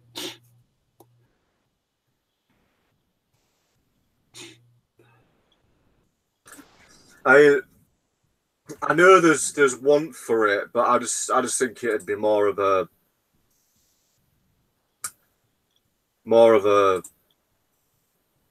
I don't know. I think you'd have to tread carefully. It'd be pretty hard to pull off, but if you did it right, Well, it'd be fine.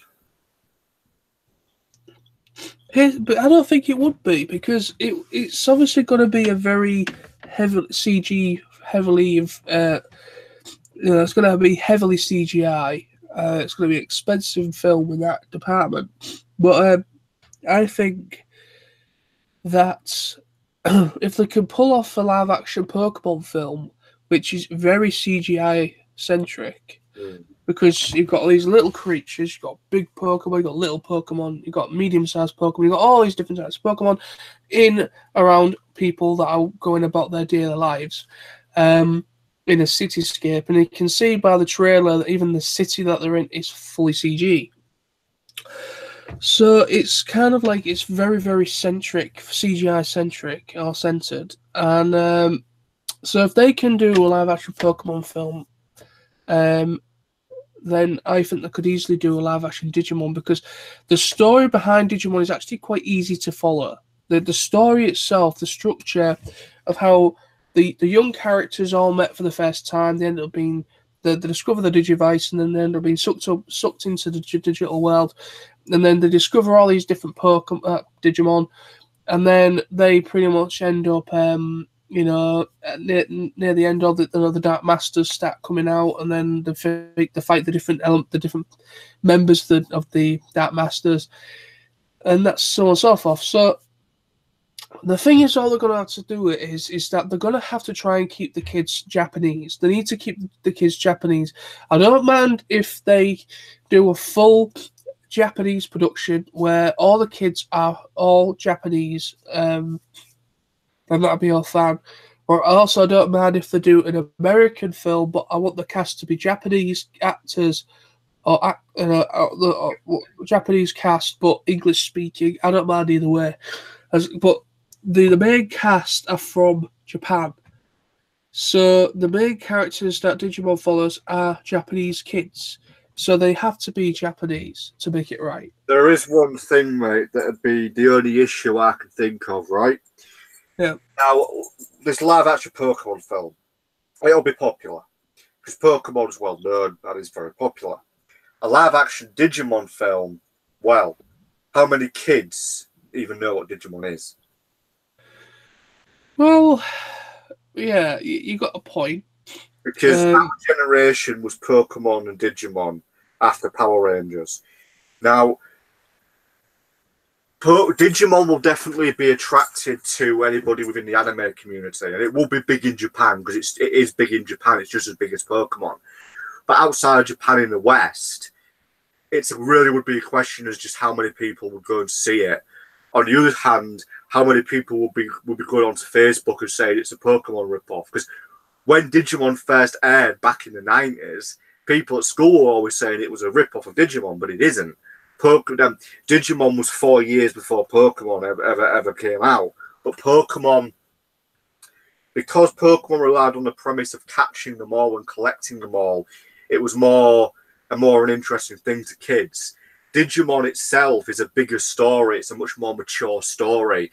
It has themes, it has an overall arc, it has characters, it has villains, it has good versus evil. You don't really have any of that in Pokemon. And in a lot of ways, Digimon is still huge, but I generally think a live action, if ever a live action film did happen, it's very likely that it would be start off in Japan and it would head overseas as a Japanese release, but it would probably end up being a Japanese exclusive in order for it to be successful, because there is a market for it in Japan, bigger than there is outside of Japan. Well, it makes sense because of the roots to Digimon started out as like a Tamagotchi little thing. Then the Tamagotchi is a Japanese toy that went overseas or got really popular overseas as well. But it's all centered around a little pocket thing, and then a manga was made to kind of go alongside the toy, and then that became really popular, and then the anime came out. But the thing is as well the thing is as well is that you're gonna have to establish if it's a full Japanese production, backed by say Warner Brothers, for example. If that was to happen, then I've got no problems with them sticking with the Japanese names, such as like Hikari or Taichi or whatever. I want them to stick with the Japanese actual proper names for the characters. Because it being a Japanese film, it makes sense. But then if they considered having a Japanese cast, English-speaking cast with Japanese or Asian with an Asian cast, for say a live-action American version, so like a Western version, then they need to stick with obviously Tai, Kari, whatever. Stick with the more English-rooted names because that'll make more sense for obviously Western audiences. But either way, I'd be happy with either a full Japanese production or a kind of maybe a collaboration, America and Japan together, to make this happen.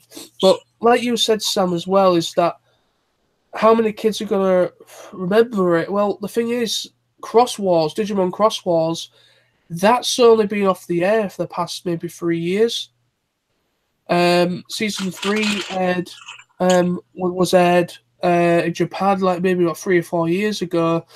I don't think season 3 has aired yet in America because I heard that I think the dub process was cancelled. I don't know, or unless season 3 has been dubbed but it's not been released yet. But a lot of kids within the last 10 years or so would have grown up with Digimon Fusion. Yeah, you'll be used to that one, but the original series of Digimon, like you say, Adventure 1, Adventure 2, Tamers, Frontier, etc. Kids to understand that stuff would have to be at least 20 years old. Yeah. So yeah.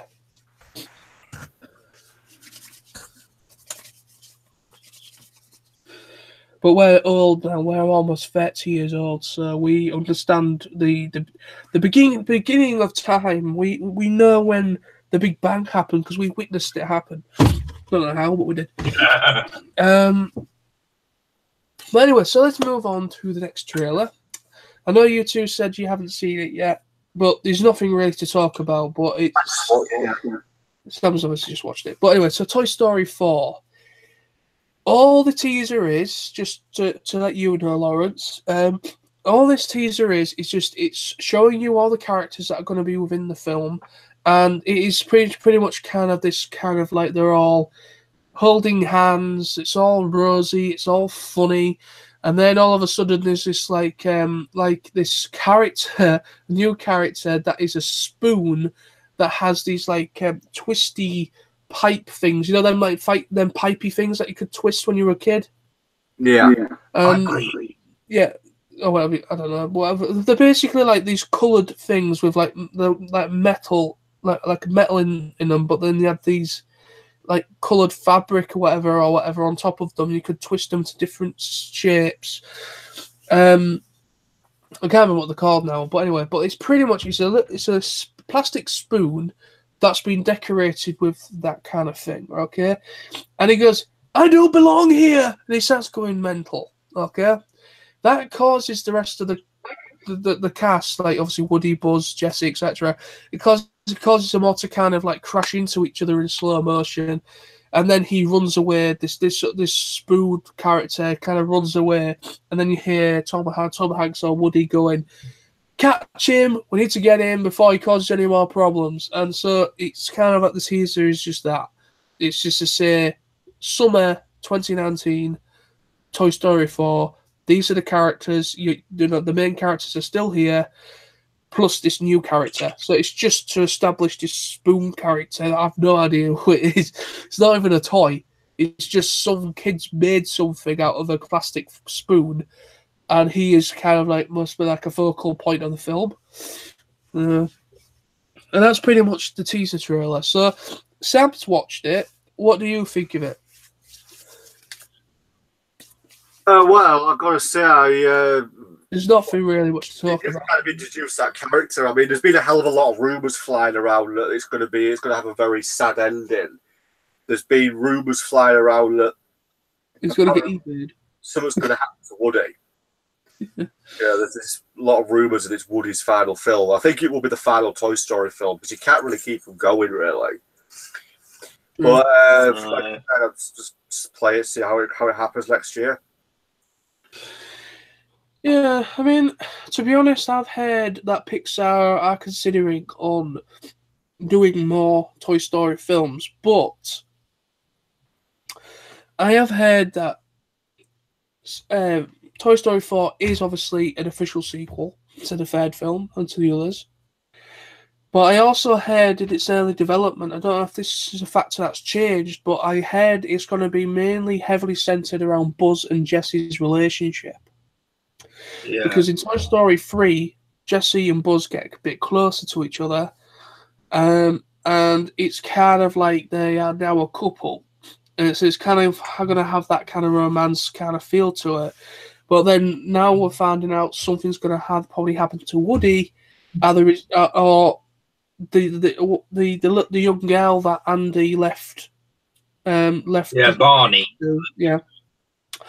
Basically, we're thinking that she's going to be at a certain age in this film. Maybe it's like another time skip, and she either doesn't really play with them anymore, and she kind of gives them to somebody else, or I don't know. It's kind of very. Nobody really knows what's going to be happening so far. All I know is that when the guys behind it were saying that it's going to maybe kind of feature mainly towards focus on a little bit of the relationship between Buzz and Jessie, and then kind of like other factors are going to come into play as well. But I've also heard as well that there was considering on doing spin-off films where after Toy Story 4, if obviously Toy Story 4 will do well because Toy Story is one of the best franchises from Pixar ever. It is. So it's kind of like they are saying that Toy Story 4 is probably going to be the end of following the story with the characters that came from the first one and all the way up to 4.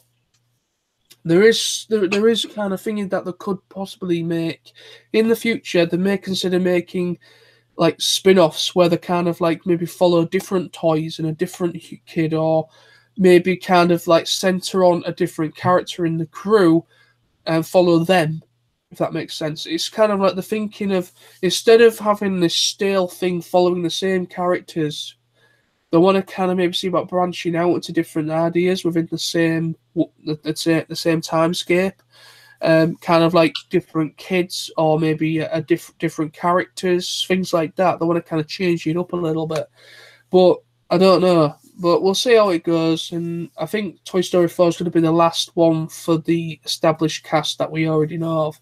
Yeah. I mean, like they said, like Bo Peep and that weren't in Toy Story 3, that they'd gone on to new owners. Yeah, they're dead, been sold off years ago. Yeah. Was it Bo Peep, go on Rocky. The rumor I heard is that it's films about Bo Peep. That apparently Woody goes looking for Bo Peep. That's what I heard.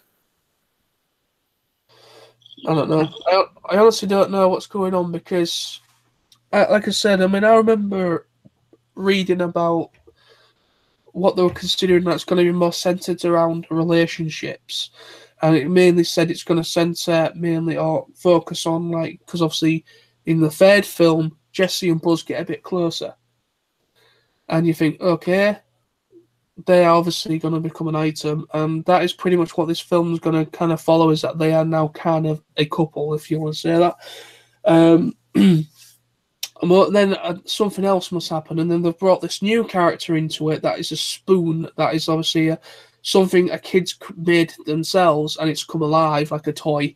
But it freaks out, and it's actually quite a funny little character actually, because it freaks out. It's like, I'm not a toy, and it kind of freaks out and starts running away, and it's kind of like funny.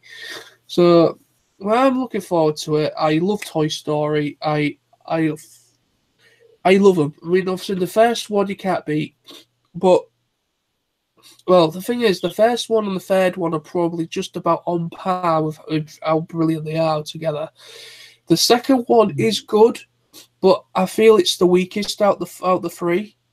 I enjoyed the second one. Obviously, it introduces Jesse and the horse. Bullseye, yeah. It introduces those two new characters. But I will and think the prospect.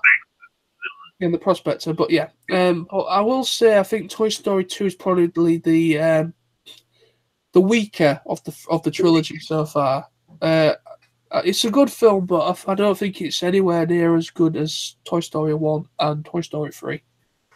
I think Toy Story 3 was just like a whole new, it's just like, plus it tugged at your heartstrings as well, so you thought they were all going to get incinerated and everything. It's just like, it was really hard. It did a really good job of reaching into your chest and ripping your heart out, because anyone that grew up during anyone that was born probably in 88, 89 would have grown up with the Toy Story film and most of the early Disney stuff. I did. It was 1995 it first came out, wasn't it? The first one, I think, because I got the video for Christmas 1995. Yes. Yes.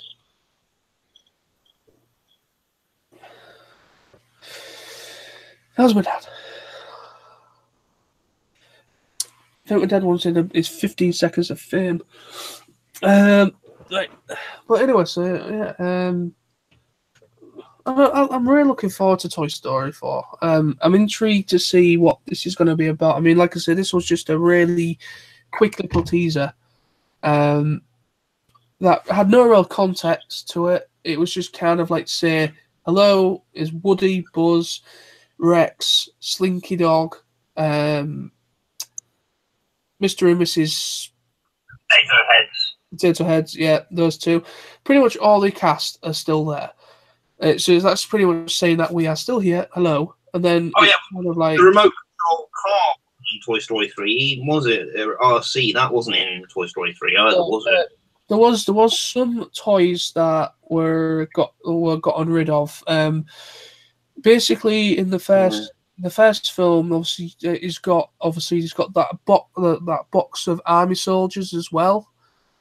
He's got them army soldiers. I had those. I had that tub of. I had a lot of Toy Story stuff when I was a kid when it came out because it was so big.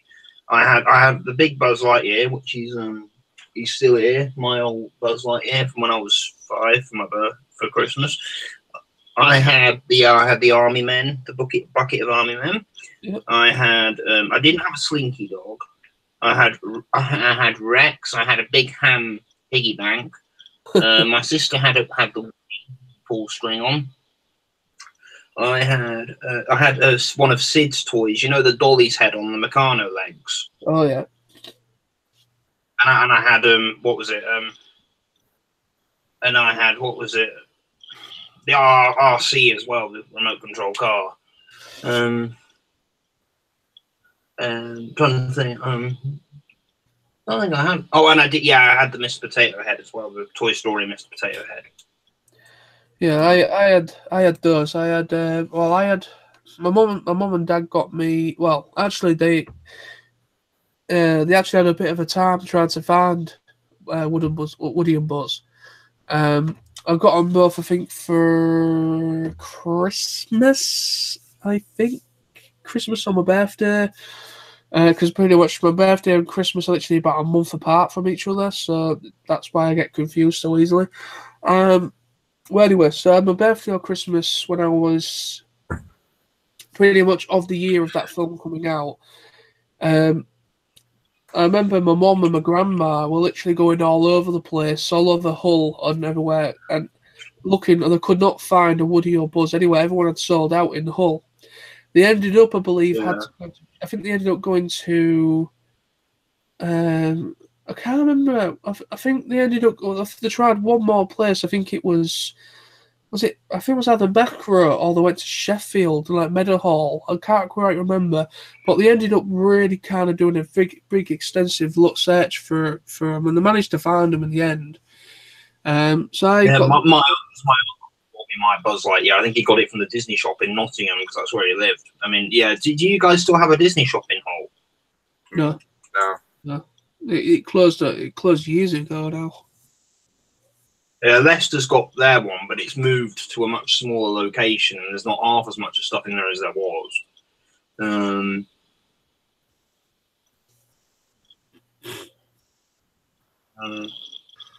It's mainly Star Wars stuff in the Disney shops now that I go into. Well, yeah, because that's the thing that they're selling now, isn't it? I don't know, but like I say, I'm intrigued. I'm looking forward to it. Anything else anyone want to talk about that's of interest or chat about? Oh, excuse me.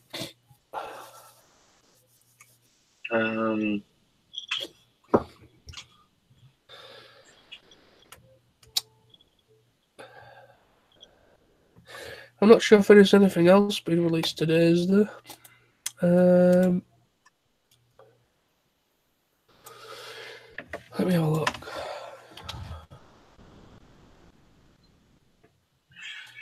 See if there's anything else being released today that we can talk about. I don't think there is, but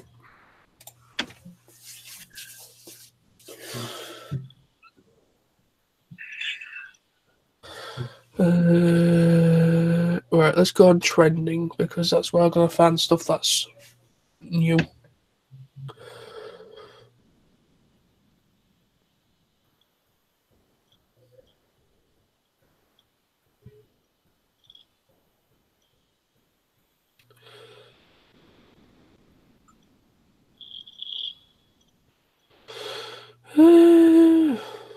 Oh, excuse me.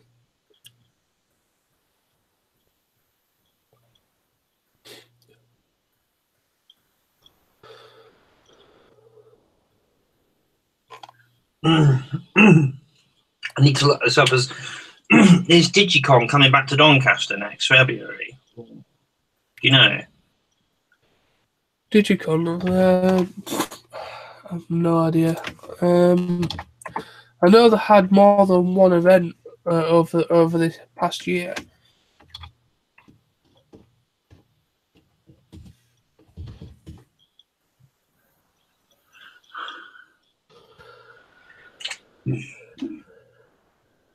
So how have you guys been anyway? All right, can't complain. Yeah, not bad.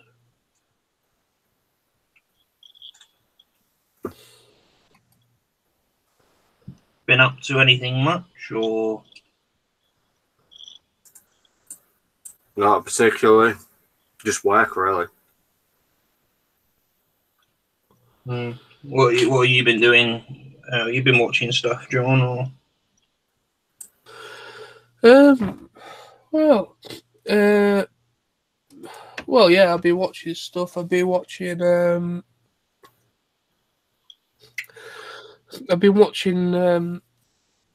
basically What am I watching? Oh, I've finished Young Justice completely now. 2 seasons out of that.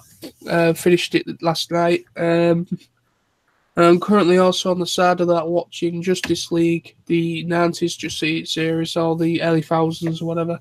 And then because I'm on season 2 of that now, I'm on season 2 of Justice League. And then once I finish Justice League, then I'm going to go to Justice League Ultimate or Unlimited or whatever, which is kind of like continuation of that. And then once I've finished that, I'm gonna maybe once I finished all that stuff, I'm gonna maybe see about. I'm gonna start thinking about other stuff, like maybe get caught up on my anime, and then probably get caught up on like stuff on Netflix as well, because I'm behind on my Netflix stuff.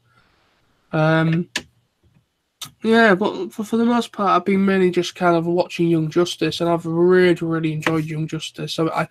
Season 3 is out next year. Early next year, season 3 is releasing or airing, but it's going up on the DC special, the DC like streaming app that they're launching next year, and it's going to be featured on there. And apparently, they're saying that the problem that we're facing at the moment is that Young Justice season 3 probably won't be released outside of America for at least a while until they figure out any bugs with the system, the DC system. So, yeah, I don't know how long it's going to be till I can check out season 3, but for the most part, I'm really looking forward to it. I can't wait to see. Watch season 3 of that. But yeah, I recommend it to you both. You know, I really am looking forward to. I really am looking forward to that season 3 of that. But it's been a great series. But yeah, what else? I'm actually just looking on trends at the moment. Pretty much stuff that's trending. At the moment, obviously, it's obviously Stanley, Pokemon, Detective Pikachu, Ryan Reynolds. That's pretty much it at the moment. But I'm trying to look as well to see if there's any. I'm trying to look as well and see when Digicon next year is going to happen. But I can't see anything at the minute.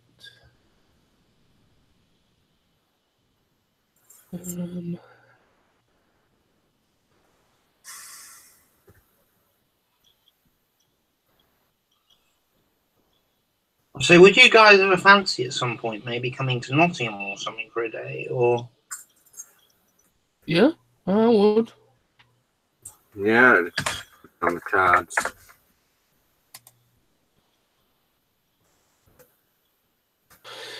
Yeah, I want man to come down. Maybe Leicester or wherever, Nottingham or whatever. Yeah.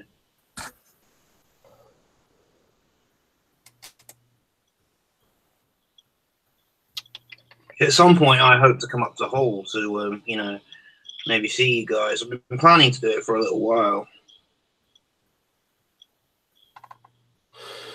Yeah. Well, to be honest, it's been interesting because I don't know if you saw it, Lawrence, but I think you did actually. Obviously, Adam White, that's more featured to TF Nation. He came down to Hull recently, and he came down obviously last on Saturday, just gone, and we're pretty much something what we were talking about was considering maybe seeing about. The whole meetup thing, because obviously we're talking about what is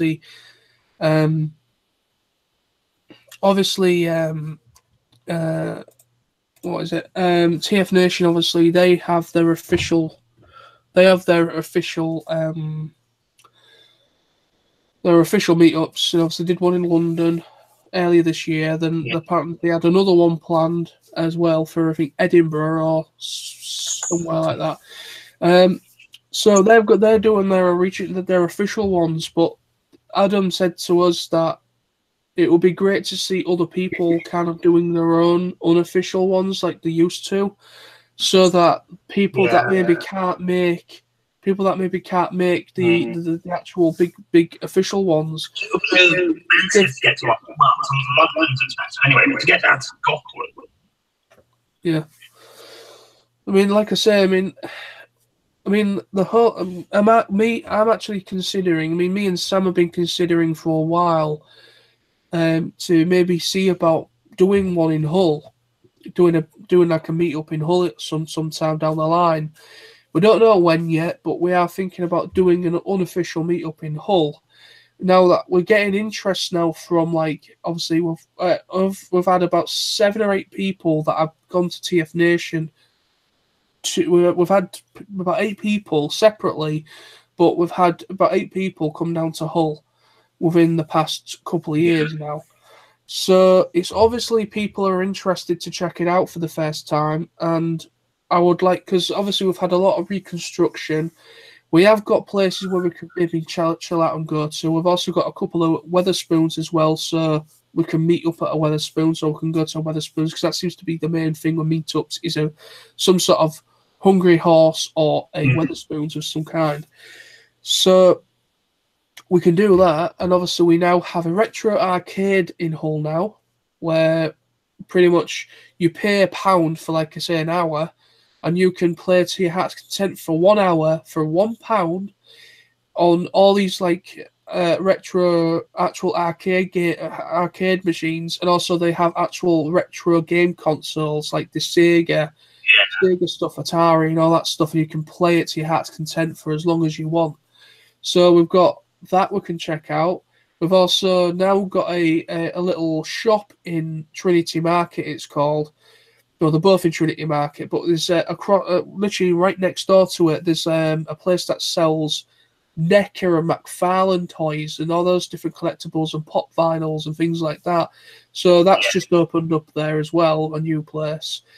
We've also got an entertainer as well. We've also got a big Tesco's. We've got Home Bargains and B&M's all over the place, where people like to go looking for stuff that might be cheap. So we have got places we can go to, places we can go for a walk, and it's not too big of a city either. So you can cover a good majority of stuff within about 2 hours, 2 or 3 hours, and you can make your way back to the pub. And also hotel accommodation isn't that expensive if you look, because we've got quite a lot of hotels in Hull. We've got an Ibis, Ibis or whatever. We've got one of those. We've got a Holiday Inn. We've got a Premier Inn. We've got a Doubletree or Hilton hotel. We've got loads within the city centre, and they're literally about 5-10 minute walk all of them, except for one. We have got one. But it's quite a distance. It's in town, but it's probably the furthest away from the city centre. But it's on a motorway, so that might be interesting for someone that's maybe driving to Hull, depending on where they're coming from, what direction. But that might, for the most part, they're all centred in the city centre. So, but like I say, I mean, the whole idea of Polycene about a meet up in Hull is that it would serve people that live Leeds, Sheffield, Doncaster, Liverpool, Newcastle way, because from Hull to say Newcastle, Liverpool, whatever, they are roughly between 2.5 to 3 hours in duration travel, which isn't too bad, and it's viable. So you could come to Hull just for a day and go back again, but you could still have a good time. You know, you don't have to really rush off or anything like that. There's plenty of time for you to get to Hull and to go back home again. So that's what we want to try and do, is try and branch out with people that are pretty much from Hull up to, say, Doncaster or Newcastle way. But then, obviously, the London meets that they keep doing, they're more centred to people that obviously live in London and also the Midlands. So more like, Birmingham and Derby and Leicester, etc. Yeah. So, but that's the plan. But it's more of a pipe plan at the moment, and plus it all depends on me as well, my predicament. Because if I get a job in the meantime, it'll be coming up with a day where I'm not going to be working and where other people aren't going to be working. Also, Sam as well, because we're going to need all hands on deck. We're going to need Tony. We're going to need Sam and me. We're going to need at least 3 people to help us to kind of to find out where to go. And also, I would like maybe one person to be to kind of go to the train station and kind of like pick people up from the train station, if that makes any sense. So there's somebody there ready for people coming to Hull that I've never been before. And we're like, hello, and then take you to where we're meeting up. I mean, that's what I'm thinking of anyways. I know there's somebody that is part of the Transformers thing and also is on like the Transformers groups and that. There is somebody that lives in Hull, but I don't know whereabouts. So there could be at least a good 4 people Hull-wise that could like help out. But we'll see. It's like I said, it's like a pipe dream. It's one of those things. Else that comes to the convention actually from Hull? Sorry? You know of anyone else that comes to the convention who's from Hull? I mean, apart from yourself, Sam and Tony. I only know of one other person. His name escapes me at this moment in time, but I've noticed that he keeps frequently going into Hull City Centre and taking photos of things. And I actually asked him, I said, no, you should have said that he was coming to Hull. We could have met up. And, we could have maybe said hi to you or whatever. But then I found out from him that he does actually live in Hull. Don't know whereabouts, but he does actually live in Hull, and I had no idea he did. So I don't know of one extra person, apart from me, Sam and Tony, that live in Hull area. But I think that person has gone to TF Nation in the future, or maybe Auto Assembly in the past. I think. Yeah. I might be wrong. But he is known. He is known by a lot of people that go to Auto Assembly and TF Nation and that. But we'll see how it goes. Like I say, I might see, depending on my predicament, I might see about doing it probably not next year, maybe next year or year after, because it's going to take a bit of planning. And also, I'm going to have to get all the information together, travel information, hotel information, train timetables, things like that. I'm going to have to really do a proper involved thing so people can find where they're coming. Also, if people are travelling via a car, because at the moment, as of this year, the best place for you to park your car, and there's no charge, is Odeon Car Park, the Odeon here in Hull.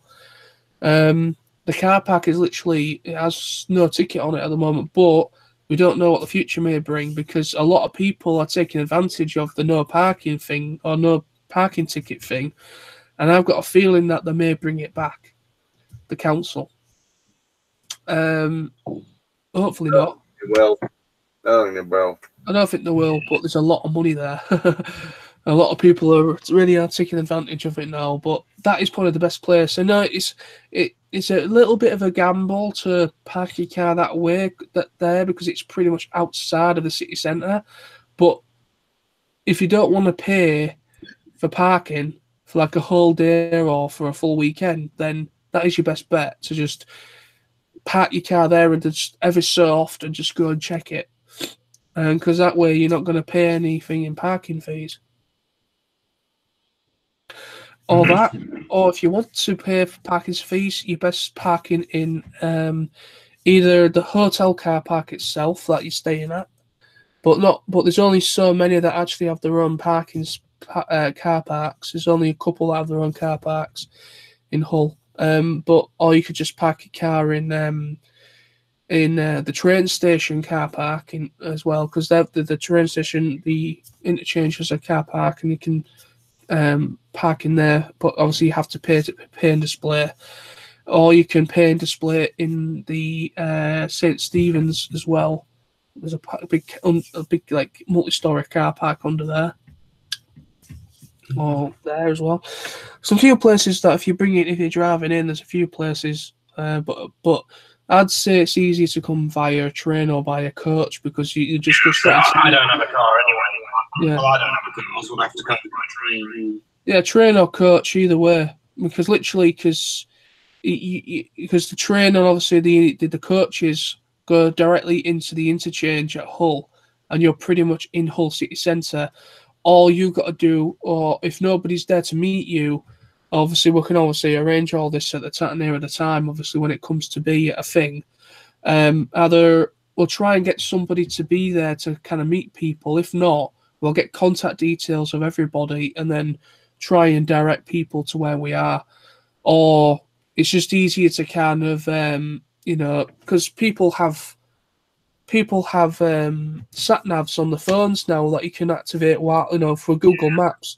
Just go on Google Maps and you just while you're walking, it clocks while you're walking. So you've got like a walking mode, and just put the name of wherever we're meeting in, and you can just simply follow it. It's not difficult. Everybody has a smartphone with Google Maps on it now.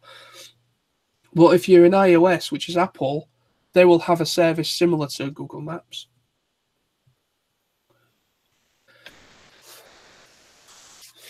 But anyway, so that was that. But yeah, I mean that is a future plan. I would like to maybe see about doing a meetup in Hull. I know people will be like, well, why? And people don't really like Hull because they have preconceptions that it's a bit of a shithole.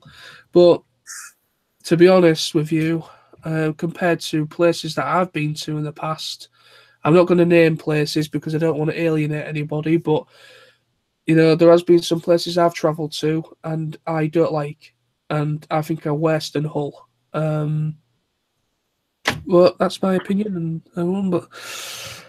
but yeah, I mean, we have got a lot to offer, and it's not the largest of cities, and like I say, you can cover a multitude of stuff within about 5 hours easy. Not even 5 hours, but about 3 or 4 hours. You could multitude of stuff you want to do, you could get done within about 3 or 4 hours.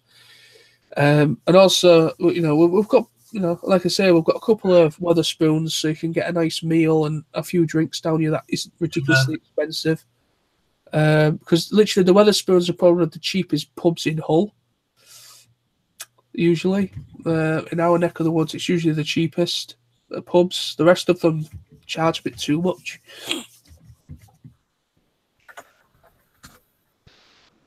But anyway, if we was to do it, Lawrence, just for future reference, if we was to do it, it would likely be on a Saturday, because that makes more sense. Yeah. But the problem is, Tony works Saturdays, so we're going to have to come up with a plan as to maybe see about certain people might have to take a day off holiday-wise at the time of us considering it. So Sam included, myself, I should be in a work bar then, and also Tony, try all three of us to try and get the time off, at least a day off, if that's at all possible, depending on because obviously there's, it doesn't always work out that way, but as long as we can make ourselves available at least for one weekend, at some point next year, or not next year or year after, and come together and come up with some sort of a plan, and then start advertising it and share it on social media and such. Well, anyway, so yeah, it's been an interesting chat. Obviously, the main focal point is talking about the great Stan the Man, and I have to say it, Excelsior. So yeah, it's been great to talk about him and his life and his career and everything. Obviously, talking about Pokemon, the first ever live action Pokemon film, Detective Pikachu, which looks interesting. But I'm not going to say too much on that yet because I want to kind of wait and see when we get another trailer, which is probably going to be more of a story-centric trailer, and hopefully see what the progress of the CGI is like. But at the moment, I don't like the CGI. It's the Pokemon don't look right. They look out of place. They shouldn't look out of place. You know what I mean? They should look out of place because it's the Pokemon world. Pokemon are everywhere. It's like animals. Like my cat's on my bed now. She's real. So in that universe, the Pokemon are real creatures, and they need to look like that. At the moment, they don't look like that. It looks like a Goosebumps trailer for me, because literally, the CGI in the Goosebumps films are pretty much the same as in this Pokemon film, and I don't like the CGI in the Goosebumps films either. Well, anyway, but the thing is with Hollywood, they seem to have a problem with making CGI animals, but everything else they're able to CGI really well, and you're like, look at the Transformers. When I heard 2007 that 2006 that they're going to make a live action Transformers films coming out in 2007, and I was looking at all the things, and I was like, how's this going to work? How are they going to transform a robot to a car, to a vehicle, to an aircraft, etc.? And when I saw that film for the first time, I was blown away, and I thought, this is ridiculous. That the folding of everything was so intricately done and amazing. But then you get a werewolf or an animal or something that has to be CGI'd into a scene, and you're just like, that looks shit. I think the best CGI animals I've seen all the way back into 2005, late 2005. I think the Chronicles of Narnia film. Yeah. The Lion, the Witch, and the Wardrobe. I thought those CGI animals were good. Well, yes, I think the exception there. I mean, I've not actually really watched the Lion, the Witch, and the Wardrobe films because they're not really my thing. I don't know. I think it's because as well because I don't know. I don't know why. I've just never really been drawn to those films or the books or anything. But I have seen the first. I think I've seen the first one, and I will say the animals do look pretty clever. The CGI it still stands up now a little bit, but I just think for the most part, they just seem to be a bit more lazier when it comes to animals. Like, look at werewolves. Werewolves is Sam knows where I'm going to go with this because the whole werewolf thing. What is a werewolf? It is just a big fucking dog that is probably about 7 foot tall, 7 or 8 foot tall. Big, massive talons that rip, big teeth, and it's pretty because a werewolf is a man usually or a woman that has at the full moon turns into a werewolf. But it's just like like the only film I've seen where I'm visually impressed by is Dog Soldiers. Yeah, because there's no CGI in it. It's just puppets and animatronics and really clever makeup to make that film work. And I love Dog Soldiers. It is one of the most funny. I just love it. I absolutely love Dog Soldiers, and that is the point for me. I think you're not a big fan of Dog. I think Harry Potter's done a good job. Like you had the werewolf in that one. Remus Lupin. I don't know. To be honest, I can't really remember a werewolf in the Harry Potter films. It's been a while since I watched them. I don't know. I mean, like I said, I'm not saying they've never done it. I'm not saying they've outright they've never made a good CGI animal. I'm just saying that for the most part, there has been some films out there where you just look at them and you're just like, look at. I hate to say it. Just look at a specific franchise that killed the whole idea of vampires and lycans, aka werewolves. Even though essentially lycans are a different thing, I don't fucking know what's going on. Obviously, it's Twilight. So the Twilight franchise, I'm just like. I'm talking mainly just about the werewolves here, but they're not really werewolves. I've never watched them. My sister likes them. I've never watched them. I mean, yeah, no, just I feel like in some shape or form, I feel if you just look at them, you just think you're like, well, what's the point of even trying, But don't get me wrong, there has been some good instances, like Dog Soldiers. I really love Dog Soldiers because of the practicality of the effects of the werewolves. Really quite clever. And also the famous werewolf feat in in Michael Jackson's Thriller. You know, the full extended one where he turns into a werewolf. Yeah, it's corny, but it's really clever for the time. It is, yeah. Yeah. And obviously American Werewolf in London as well. That was quite impressive. Yeah.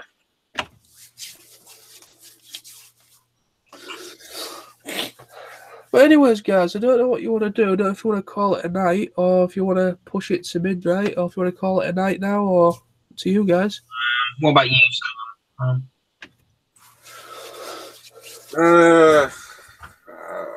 I get going. Obviously, Sam's I think the boring Sam. it's been good tonight. Oh, then, well, if you want to call it a night, because it's obviously we are 11:30. Yeah, 11:30 on Monday, so it's a school night. Yeah. So yeah, okay, we'll come in. So I just want to say a big thank you to Sam and Lawrence for joining me this evening for a nice little celebration. There we go. Get my words out. A nice celebration. Talk about Stan Bush that sadly passed away earlier. Stan Lee. Stan Lee, mate. You said Stan Bush again. Fuck's sake. Why have I Stan Bush in my head for? Anyway, Stan Lee. Sorry, I apologise. Stan Lee sadly passed away. So we spoke about his life and what, stuff like that. And then obviously other stuff as well. So thank you to Lawrence and Sam for being a part of it. And thank you to people that commented in the live chat. R.I.P. to Stan Lee. Sorry? R.I.P. to Stan Lee. Oh, yeah. Rest in peace, Stan Lee. I do apologise if for a couple of points in this where I say Stan Bush. I don't know why I'm saying Stan Bush. It's Stan Lee. I don't want people to go away and think, oh no, Stan Bush is not. No, it's Stan Lee. Stan Lee. Sorry about that. Anyway, so thank you very much for people. And see you very soon.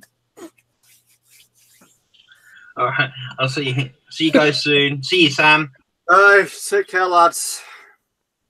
Look after yourselves. Bye. See you soon. See you soon. Bye.